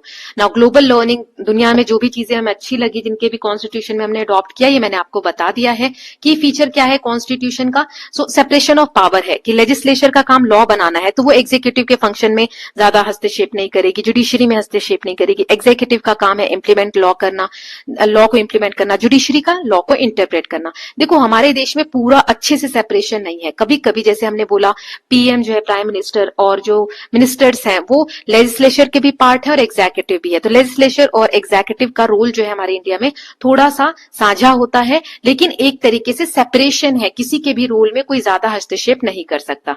3 टियर गवर्नमेंट है हमारे यहाँ पर, central government, state government, local government, जो बाद में हमने अपनाया कॉन्स्टिट्यूशन में, पंचायती राज जिसको बोलते हैं। फंडामेंटल राइट्स जो है जैसे आर्टिकल 14 है right to equality, right to freedom, article 21A है right to education, right against exploitation. ऐसे बहुत सारे राइट्स हैं फंडामेंटल राइट्स, जो अगर हमसे कोई छीनता है हमारे अधिकारों को तो हम कोर्ट में जा सकते हैं उस व्यक्ति के या उस संस्था के अगेंस्ट। देन कुछ ड्यूटीज भी संविधान ने हमें दी है, जैसे हमें अपने कॉन्स्टिट्यूशन के, संविधान की रिस्पेक्ट करनी चाहिए, नेशनल फ्लैग की रिस्पेक्ट करनी चाहिए, एनवायरमेंट को प्रोटेक्ट करना चाहिए, हार्मनी मतलब पीसफुल व्यवहार बनाकर रखना चाहिए समाज में, एजुकेशन प्रोवाइड करनी चाहिए अपने बच्चों को जो 6 से 14 साल के हैं। Directive principle of state policy मतलब ऐसे कुछ गोल्स जो उस वक्त जब हमारा देश आजाद हुआ तो इतने हमारी जो इकोनॉमिक स्थिति थी वो इतनी अच्छी नहीं थी कि हमारे देश सभी चीजों को उसी वक्त लागू कर दे। तो ऐसे कुछ गोल्स रखे गए कि आगे आने वाली जो गवर्नमेंट होगी वो धीरे धीरे इन गोल्स को पूरा करेगी। तो इसमें गोल्स दिए गए हैं गवर्नमेंट के लिए, जो अगर पूरा नहीं हो रहे हैं तो हम कोर्ट नहीं जा सकते। फंडामेंटल राइट्स की हानि हो रही है तो हम कोर्ट जा सकते हैं, लेकिन कोई गोल अगर लिखा है DPSP वाले चैप्टर में तो अगर गवर्नमेंट पूरा नहीं कर रही तो उसके लिए हम कोर्ट नहीं जा सकते। इसका एम मेन है कि समाज के लिए मतलब सोसाइटी के वेलफेयर को ध्यान में रखकर, जैसे आर्टिकल 38 है जस्टिस, आर्टिकल 44 है यूनिफॉर्म सिविल कोड कि पूरे देश के लिए एक जैसा कानून हो, 48A है एनवायरमेंट प्रोटेक्शन। तो ये कुछ DPSPs मेंशन है कॉन्स्टिट्यूशन में। ओके, नाउ नेक्स्ट है constitution as a living document. Amendment possible है, चेंज हम कर सकते हैं। जैसे 73rd में मैंने आपको बताया पंचायती राज जो संस्था है या जो हमने एक लेयर अपने फेडरल सिस्टम में जोड़ा वो बाद में 1992 में जोड़ा। 42nd अमेंडमेंट से हमने सोशलिस्ट और सेक्युलर वर्ड कॉन्स्टिट्यूशन में जोड़ा। अमेंडमेंट रिक्वायर है डिबेट इन पार्लियामेंट, ऐसा नहीं जो चाहे वो अमेंडमेंट कर सकता है, चेंज कर सकता है। पार्लियामेंट में एक डिबेट होती है, एक प्रोसीजर दिया गया है जो कि टफ होता है, उसके बाद ही कॉन्स्टिट्यूशन में चेंजेस हो सकते हैं। प्रीएम्बल को समझना, प्रीएम्बल क्या है? प्रस्तावना, एक तरीके से समरी, बहुत छोटे में कॉन्स्टिट्यूशन में क्या मेंशन है, उसके कोर वैल्यूज क्या है हमारे कॉन्स्टिट्यूशन के, उसको समझाया जाता है प्रीएम्बल में। तो प्रीएम्बल आप रीड करोगे तो पहली लाइन है we the people of India. We the people क्या बताता है कि जो हमारे देश की गवर्नमेंट है उसको पावर कहां से मिल रही है? सिटीजन से। सोवरेन मतलब हम इंडिपेंडेंट हैं, हम अपने डिसीजन मेकिंग खुद कर सकते हैं। सोशलिस्ट मतलब इनइक्वालिटी को कम करना, ठीक है, समाज में सबको बराबरी का अधिकार देना। सेक्युलर मतलब कोई ऑफिशियल रिलीजन नहीं है इंडिया का, इंडिया सभी रिलीजन को इक्वली रिस्पेक्ट करता है। डेमोक्रेटिक मतलब पीपल जो है, लोग जो है वो गवर्नमेंट को चुनते हैं। रिपब्लिक यानी हेड ऑफ स्टेट जो है वो इलेक्टेड है, राजा रानी की तरह मोनार्कियल फॉर्म ऑफ गवर्नमेंट हमारे यहाँ नहीं है। जस्टिस यानी सोशल इकोनॉमिक पॉलिटिकल फेयरनेस मतलब सभी फील्ड में न्याय, जैसे समाज में, इकोनॉमिक व्यवस्था में, पॉलिटिक्स में। देन लिबर्टी मतलब freedom of thought and expression, आप सोचने पे आपके प्रतिबंधी नहीं है, आप बोलने में आपका प्रतिबंध नहीं है, ठीक है। Equality, equal opportunity for all, सबके लिए समानता का अधिकार। फिर है फ्रेटर्निटी मतलब सेंस ऑफ ब्रदरहुड, भाईचारे का एक बनाकर रखना पूरे देश में। ये सब इंपॉर्टेंट टर्म्स हैं जो आपके प्रीएम्बल में मेंशन ही आपको आना चाहिए, है ना। Sovereign, socialist, secular, democratic, republic, justice, liberty, equality and fraternity. Now constitution as a work of art, जो कॉन्स्टिट्यूशन है वो लिखा गया किसके द्वारा? प्रेम बिहारी नारायण रायजादा जी द्वारा। Illustrated by Nandalal Bose, depict Indian civilization from Mohenjo-daro to freedom movement. Then next इस चैप्टर से हमने क्या क्या सीखा। सो कॉन्स्टिट्यूशन क्या है, एक रूल बुक है इंडिया के लिए। इंस्पायर हुआ है हमारा कॉन्स्टिट्यूशन फ्रीडम स्ट्रगल से, सिविलाइजेशनल वैल्यू से, ग्लोबल डेमोक्रेटिक प्रैक्टिसेस से। प्रोटेक्ट करता है सिटीजन के राइट को, ये ड्यूटीज को डिफाइन करता है, गाइड करता है गवर्नमेंट को, समय के हिसाब से ये अडेप्ट किया है इसने खुद को, embodies values of unity, justice and equality. So इसके साथ हमारा चैप्टर नंबर 10 भी कंप्लीट हो गया। Now we are moving ahead with theme E, economic life around us. इसका चैप्टर नंबर 11 देख लेते हैं, फ्रॉम बार्टर टू मनी। इसके बिग क्वेश्चन के साथ स्टार्ट करते हैं, चलिए देखते हैं। तो पहला क्वेश्चन है, how did exchange take place before money? जब पैसे नहीं थे तब एक्सचेंजेस कैसे होते थे? तो before money existed, exchange happened through barter system. Barter system से होता था। बार्टर सिस्टम क्या है, इसमें जो सामान है उसको एक्सचेंज किया जाता था बिना पैसे के, है ना, ये डायरेक्ट एक्सचेंज होता था दो लोगों के बीच में। तो example, commodities used as cowrie shells, salt, tea, tobacco, cloth, cattle, seeds, feather, tevau in Solomon island, stone money, rice stone in Micronesia. तो ये चीजें यूज होती थी एक्सचेंज के लिए। Okay, people exchange goods only if both needed what the other had, जिसे double coincidence of want भी कहते हैं। Then why did money came into existence? जो बिना पैसे के हम एक्सचेंज करते थे, बार्टर सिस्टम में कुछ खामियां थी जिसकी वजह से मनी का एग्जिस्टेंस हुआ। तो money came into existence because barter system had many limitation. पहला तो डबल कोइंसिडेंस ऑफ वांट, जो सामने वाले के पास है वही हमें जरूरत होनी चाहिए और हमारे पास जो सामने वाले को भी जरूरत होनी चाहिए। So both people must want each others good, lack of common standard of value, no fixed measure to compare value of goods. मतलब एक सामान की वैल्यू दूसरे के कितनी वैल्यू से कैसे नापे, ये प्रॉब्लम थी। बांटना मुश्किल था, जैसे बैल ले रहे हैं, ऑक्स ले रहे हैं, काव ले रहे हैं, तो इनको कैसे बांटेंगे, है ना। पोर्टेबिलिटी का प्रॉब्लम हुआ करता था कि सामान को एक जगह से दूसरी जगह कितना कैरी करके ले जा सकते हो आप। ड्यूरेबिलिटी का प्रॉब्लम था, जैसे वीट कैन रॉट, गेहूं को कब तक संभाल के रखोगे, खराब हो जाएंगे। Animals can die. To solve these problem एक कॉमन मीडियम ऑफ एक्सचेंज की जरूरत थी, इसीलिए मनी का क्रिएशन हुआ। देन थर्ड क्वेश्चन है, how has money transformed into various form? Money कैसे ट्रांसफॉर्म हुआ अलग अलग फॉर्म में? तो 6000 बीसी के अराउंड इवोल्यूशन इसका स्टार्ट होता है बार्टर सिस्टम से। फिर कौड़ी सेल्स आए, फिर मेटल क्वाइंस आए, गोल्ड, सिल्वर, कॉपर क्वाइन, फिर पेपर करेंसी आए 18th सेंचुरी इंडिया में, फिर डेबिट और क्रेडिट कार्ड्स आए। आजकल डिजिटल मनी, यूपीआई वगैरह 2016 ऑनवर्ड्स हम यूज कर रहे हैं। So money moved from tangible, tangible मतलब क्या होता है, जिसे हम टच कर सकते हैं, कॉइन, नोट्स, इन्हें हम टच कर सकते हो। इससे कहां तक चेंज हो गया आज मनी? इनटेंजिबल, जैसे QR code, payment, bank transfer, इनको हम टच नहीं कर सकते। तो इनटेंजिबल इलेक्ट्रॉनिक फॉर्म में मनी आज हम यूज करते हैं। अब हम टॉपिक वाइज समरी देख लेते हैं। पहला है बार्टर सिस्टम। तो बार्टर सिस्टम क्या होता है, जिसमें मैंने आपको बताया कि डायरेक्ट एक्सचेंज होता है बिना मनी के। कैसे वर्क करता है कि कोई एक व्यक्ति है, उसने दूसरे व्यक्ति को सामान दिया तो दूसरा व्यक्ति बदले में कोई सामान देगा, ठीक है। प्रेजेंट डे एग्जांपल, जूनबिल मेला आसाम में अभी भी होता है। बुक एक्सचेंज क्लब्स होते हैं। ओल्ड कपड़े आप एक्सचेंज कर सकते हो बर्तनों के साथ, तो ये भी क्या है, अभी भी बार्टर सिस्टम का ही हम एक वो देख सकते हैं, provision. Then limitation of barter system, double coincidence of want, common standard of value, divisibility, portability, then durability. ये मैंने आपको समझा दिया है ना। ड्यूरेबिलिटी मतलब सामान खराब हो जाता है, इसीलिए पैसों का इन्वेंशन हुआ। तो मनी का बेसिक फंक्शन क्या है, एक तो ये मीडियम ऑफ एक्सचेंज की तरह वर्क करता है, मतलब यूज टू बाय और गुड सेल। फिर इसकी एक वैल्यू होती है, स्टोर वैल्यू होती है कि आप इसको सेव कर सकते हो, बाद में भी यूज कर सकते हो। ऐसा नहीं गेहूं आप अभी रखो, बाद में उसको यूज कर सकते हो, नहीं, वो खराब हो जाएंगे। इसकी एक स्टैंडर्ड वैल्यू होती है। गेहूं आप यहां खरीदो या दूसरे दुकान पे खरीदो, एक एरिया की हम बात करें तो सेम वैल्यू में होगा, मतलब उसका हम प्राइस नाप सकते हैं। Then standard of deferred payment, हम फ्यूचर के लिए भी यूज कर सकते हैं, जैसे क्रेडिट सिस्टम, लोन वगैरह है, या इसमें भी हम इसको यूज कर सकते हैं। कॉइनेज, जो एंशिएंट इंडिया में कॉइन की शुरुआत हुई, इसे शर्पन्स कहा जाता था या पनाज कहा जाता था। गोल्ड, सिल्वर, कॉपर और आयरन एलॉय के बने होते थे। इनकी जो मिंटिंग है, सिक्के बनाने का काम राजा का होता था। इस पे सिंबल पंच होते थे, रुपास बोला जाता था। हेड और टेल, हेड जो है ऑब्जर्वेंट साइड होती थी और टेल जो है रिवर्स साइड होती थी। एग्जांपल, चालुक्य के कॉइन वराह सिंबल है, चोला क्या टाइगर एम्बलम है कॉइन पे। रोमन कॉइन जो है तमिलनाडु में मिले हैं, इससे ये प्रूफ मिलता है कि ट्रेड थे रोमन एम्पायर और सदर्न पार्ट जो इंडिया का है वहां पर। इससे हमें पता चलता है मैरीटाइम ट्रेड, जो समुद्री व्यापार था, वो बहुत स्ट्रांग था। देन पेपर मनी, तो सबसे पहले पेपर मनी चाइना में आया, इंडिया में 18th सेंचुरी में इंट्रोड्यूस हुआ। ये इजी था कैरी करना, higher denomination printed as notes, बड़े बड़े संख्या के नोट्स बनने लग गए। फिर आरबीआई का रोल आया, reserve bank of India India क्या करती है, करेंसी को कंट्रोल करती है।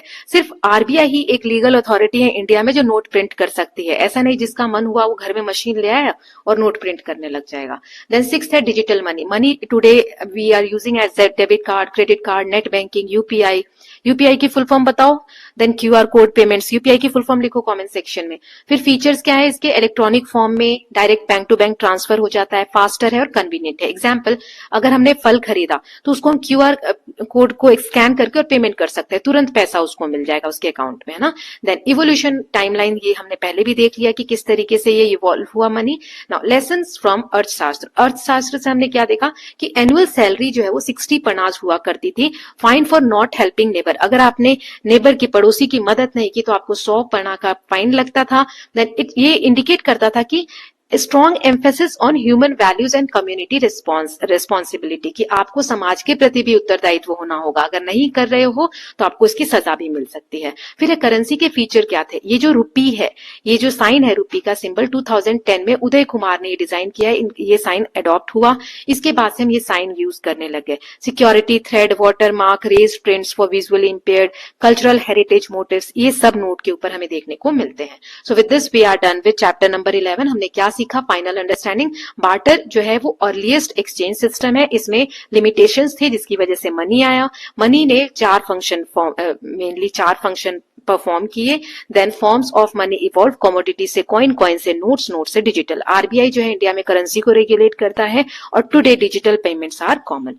Now we are moving ahead with theme E का last chapter, chapter number 12, understanding market. एक क्वेश्चन के साथ स्टार्ट करते हैं। पहला क्वेश्चन है मार्केट्स क्या है, ये फंक्शन कैसे करते हैं। तो मार्केट एक ऐसी जगह होती है जहां बायर और सेलर, बेचने वाला और खरीदने वाला मिलता है और एक्सचेंज करता है गुड्स और सर्विसेज को, एक प्राइस अग्रीमेंट होता है उस बेसिस पे। दो तरीके के मार्केट होते हैं, फिजिकल हो सकते हैं जैसे हाट बाजार वगैरह होते हैं, मॉल होते हैं, और ऑनलाइन भी हो सकते हैं जिन्हें आप देख नहीं सकते बट ऑनलाइन वर्क करती है, एप्स हो गए, वेबसाइट हो गए। मार्केट कैसे फंक्शन करते हैं, तो मार्केट में बायर डिमांड बताते हैं कि हमें ये सामान चाहिए, वो सामान चाहिए, उन सामान को सप्लायर सप्लाई करते हैं, ठीक है। इन दोनों के बीच में एक प्राइस के ऊपर अग्रीमेंट होता है। अगर प्राइस ज्यादा है तो बायर कम डिमांड करेंगे, अगर प्राइस बहुत कम है तो सेलर मतलब बेचने वालों को लॉस फेस करना पड़ेगा। इसीलिए बैलेंस्ड प्राइस होता है, एक्सचेंज हैपेंस स्मूथली। इसीलिए डिमांड और सप्लाई जो है together determine the price. What is the role of markets in people life, लोगों की लाइफ में मार्केट का क्या रोल है। तो मार्केट की वजह से प्रोड्यूसर्स और कंज्यूमर जो होते हैं वो एक दूसरे से कनेक्ट रहते हैं, गुड्स प्रोवाइड करते हैं। We can not produce ourselves, हम खुद से सारी चीजें थोड़ी प्रोड्यूस कर सकते हैं। एम्प्लॉयमेंट जनरेट होता है, ट्रेड को एनकरेजमेंट मिलता है, डोमेस्टिक ट्रेड हो मतलब अपने देश का हो या इंटरनेशनल व्यापार हो, support social and cultural interaction. Then example है जैसे कि औरतें मार्केट चला रही हैं, जैसे ईमा केथल, जैसे women run market like Ima Keithel. Then traditional exchange customs. Markets are not only economic spaces, सिर्फ यहाँ पैसा कमाना नहीं होता है, एक ये सोशल स्पेस भी होता है जहां पर आइडियाज, कल्चर, ट्रेडिशन मिलते हैं, एक दूसरे से एक्सचेंज करते हैं, right. Now what role does the government play in market, market में गवर्नमेंट का क्या रोल होता है। तो प्राइस को कंट्रोल करना गवर्नमेंट का काम होता है, नहीं तो कोई तो कितना भी प्राइस बढ़ाता चला जाएगा। Minimum support price government decide करती है। जैसे किसान ने कोई फसल उगाई, उसमें एक अगर मान लो बहुत ज्यादा अच्छी फसल हो गई तो उसके प्राइस तो उतने नहीं मिलेंगे किसान को। कभी कभी देखते हो टमाटर बहुत सस्ते हो जाते हैं या प्याज बहुत सस्ते होते हैं, तो जितना किसान का खर्चा लगा है उतना भी नहीं मिल रहा होता है उनको, है ना, मार्केट में। तो गवर्नमेंट उनको एक एमएसपी देती है कि प्राइस कितना ही कम हो जाएगा मार्केट में, हम इतना एक एमएसपी पे आपसे इतना सामान खरीदेंगे। फिर maximum price for essential medicine, minimum wages, कि आप मजदूरी कर रहे हो तो आपको इतना फिक्स तो मिलना ही है, इससे कम नहीं मिलेगा। तो ये सब गवर्नमेंट डिसाइड करती है। गवर्नमेंट इंश्योर करती है क्वालिटी को किसी भी सामान के, कि जैसे ऑर्गेनाइजेशन है गवर्नमेंट के, फसाई है फूड सेफ्टी देखती है, आईएसआई मार्क है जिसमें प्रोडक्ट की सेफ्टी देखी जाती है, एग मार्क में एग्रीकल्चर गुड्स की सेफ्टी देखी जाती है या उसके लिए वर्क करता है। BEE जो स्टार रेटिंग है, ये आप फ्रिज वगैरह में देखते होंगे, एनर्जी एफिशिएंसी की क्वालिटी चेक करते हैं, तो ये आपको याद होने चाहिए, ठीक है, मैच दैम में आ जाता है। और एक्सप्लॉइट ना हो, मतलब कोई किसी को लूटे नहीं, गलत तरीके से मिसयूज ना हो, इसका ध्यान भी गवर्नमेंट रखती है। जैसे वेट एंड मेजर्स को चेक करना, controlling pollution, then regulating harmful goods, right, then providing public goods, जो सभी के काम आ रही है, ऐसे सामान भी गवर्नमेंट बनाती है जैसे roads, parks, police services. Now how can consumer assess the quality of good? Consumer कैसे जो सामान की क्वालिटी है और सर्विसेज की क्वालिटी है उसको एसेस कर सकते हैं? तो हम कुछ चीजें चेक कर सकते हैं, जैसे सर्टिफिकेशन मार्क, कि ISI मार्क है कि नहीं, FSSAI मार्क है कि नहीं, ECMARK मार्क है कि नहीं, एक्सपायरी डेट देख सकते हैं, MRP देख सकते हैं, मैन्युफैक्चर की डिटेल देख सकते हैं, नेट क्वांटिटी देख सकते हैं, एनर्जी रेटिंग्स देख सकते हैं, ऑनलाइन रिव्यू देख सकते हैं। सो एक इन्फॉर्म्ड जो जागरूक कंज्यूमर होते हैं वही सेफ और स्मार्ट चॉइसेस करते हैं। सो ये आपके बिग क्वेश्चंस थे। अब हम देख लेते हैं टॉपिक एंड सब टॉपिक वाइज समरी। तो सबसे पहले मार्केट का मीनिंग, एक ऐसी जगह जहां बायर और सेलर मिलते हैं, अपने सामान को एक्सचेंज करते हैं। इट कैन बी फिजिकल और digital. Then requires buyer, sellers and price agreement. Price determination, ये डिमांड कितनी है कि बायर कितना खरीदना चाह रहे हैं, सप्लायर कितना बेचना चाह रहे हैं, उस बेसिस पे प्राइस डिसाइड होता है। मार्केट फिजिकल हो सकते हैं जिसमें फेस टू फेस जाके हम चीजें खरीद सकते हैं, weekly market, mandis, malls. Online markets हो सकते हैं जिसमें buying through apps, websites, delivery based services. In domestic market trade with in country, और इंटरनेशनल जो हम विदेश में भी व्यापार कर सकते हैं, इंपोर्ट और एक्सपोर्ट जिसे बोलते हैं। होलसेल और रिटेल मार्केट होते हैं जिसमें प्रोड्यूसर क्या करते हैं, सामान बनाते हैं, होलसेलर क्या करते हैं, यहां से प्रोड्यूसर से बल्क में सामान खरीदते हैं। फिर होलसेलर से जो थोड़ा सामान खरीदते हैं वो होते हैं रिटेलर। रिटेलर स्मॉल क्वांटिटी में सामान खरीद के दुकानें लगाते हैं, कंज्यूमर को बेचते हैं। फिर डिस्ट्रीब्यूटर्स आते हैं जो प्रोड्यूसर्स एंड सेलर को कनेक्ट करते हैं। एग्रीगेटर जो ऑनलाइन प्लेटफॉर्म होते हैं जिसमें बायर और सेलर को लिंक किया जाता है। देन मार्केट नेटवर्क के बारे में हमने पढ़ा था कि मार्केट किस पे डिपेंड करता है, किसी जगह का ट्रांसपोर्ट सिस्टम कैसा है, सामान को एक जगह से दूसरी जगह ले जाना है, वेयर हाउसेस कहाँ पर उपलब्ध है, communication, banking system. So trade hubs बनते हैं जहां पे where transport network is strong, जहां पे ट्रांसपोर्ट नेटवर्क स्ट्रॉन्ग होते हैं वहां पे मार्केट का हब बनता है। सोशल रोल क्या है मार्केट्स का? मार्केट एक लॉन्ग टर्म ट्रस्ट बिल्ड करता है, ट्रेडिशन को एनकरेज करता है, विमेन पार्टिसिपेशन को सपोर्ट करता है, स्ट्रेंथन कम्युनिटी टाइज, लोगों को एक दूसरे से मिलाता है, एक दूसरे में अच्छे रिलेशंस क्रिएट करता है। Markets are economic and cultural spaces. Then government क्या डिसाइड करती है, क्या रेगुलेट करती है? गवर्नमेंट प्राइस फिक्स करती है, ये मैंने समझा दिया आपको। Fixes price limits, ensure product quality, prevent unfair trade, provide public goods, regulates pollution. Then consumer awareness, जो स्मार्ट कंज्यूमर होते हैं वो सर्टिफिकेशन चेक करते हैं, कंपेयर करते हैं प्राइसेस को, मिसलीडिंग एड्स को अवॉइड करते हैं, make informed choices. So consumer protection जो है वो फेयरनेस इंश्योर करता है। So with this we are done with the last chapter. Final understanding में हमने क्या क्या पढ़ा इस चैप्टर में वो देख लेते हैं। मार्केट कनेक्ट करते हैं बायर्स एंड सेलर्स को, price is determined by demand and supply, many participants form the supply chain, government regulates market for fairness, consumers must stay aware, market shapes economy and society. So with this students we are done with all the chapters of your textbook, theme A, B, C, D, E, पांचों theme देख ली। अब ये हो गया revision. Meet very soon. Till then please take care of yourself, keep learning, keep revising and don't forget to subscribe the channel for more such videos. Thank you so much.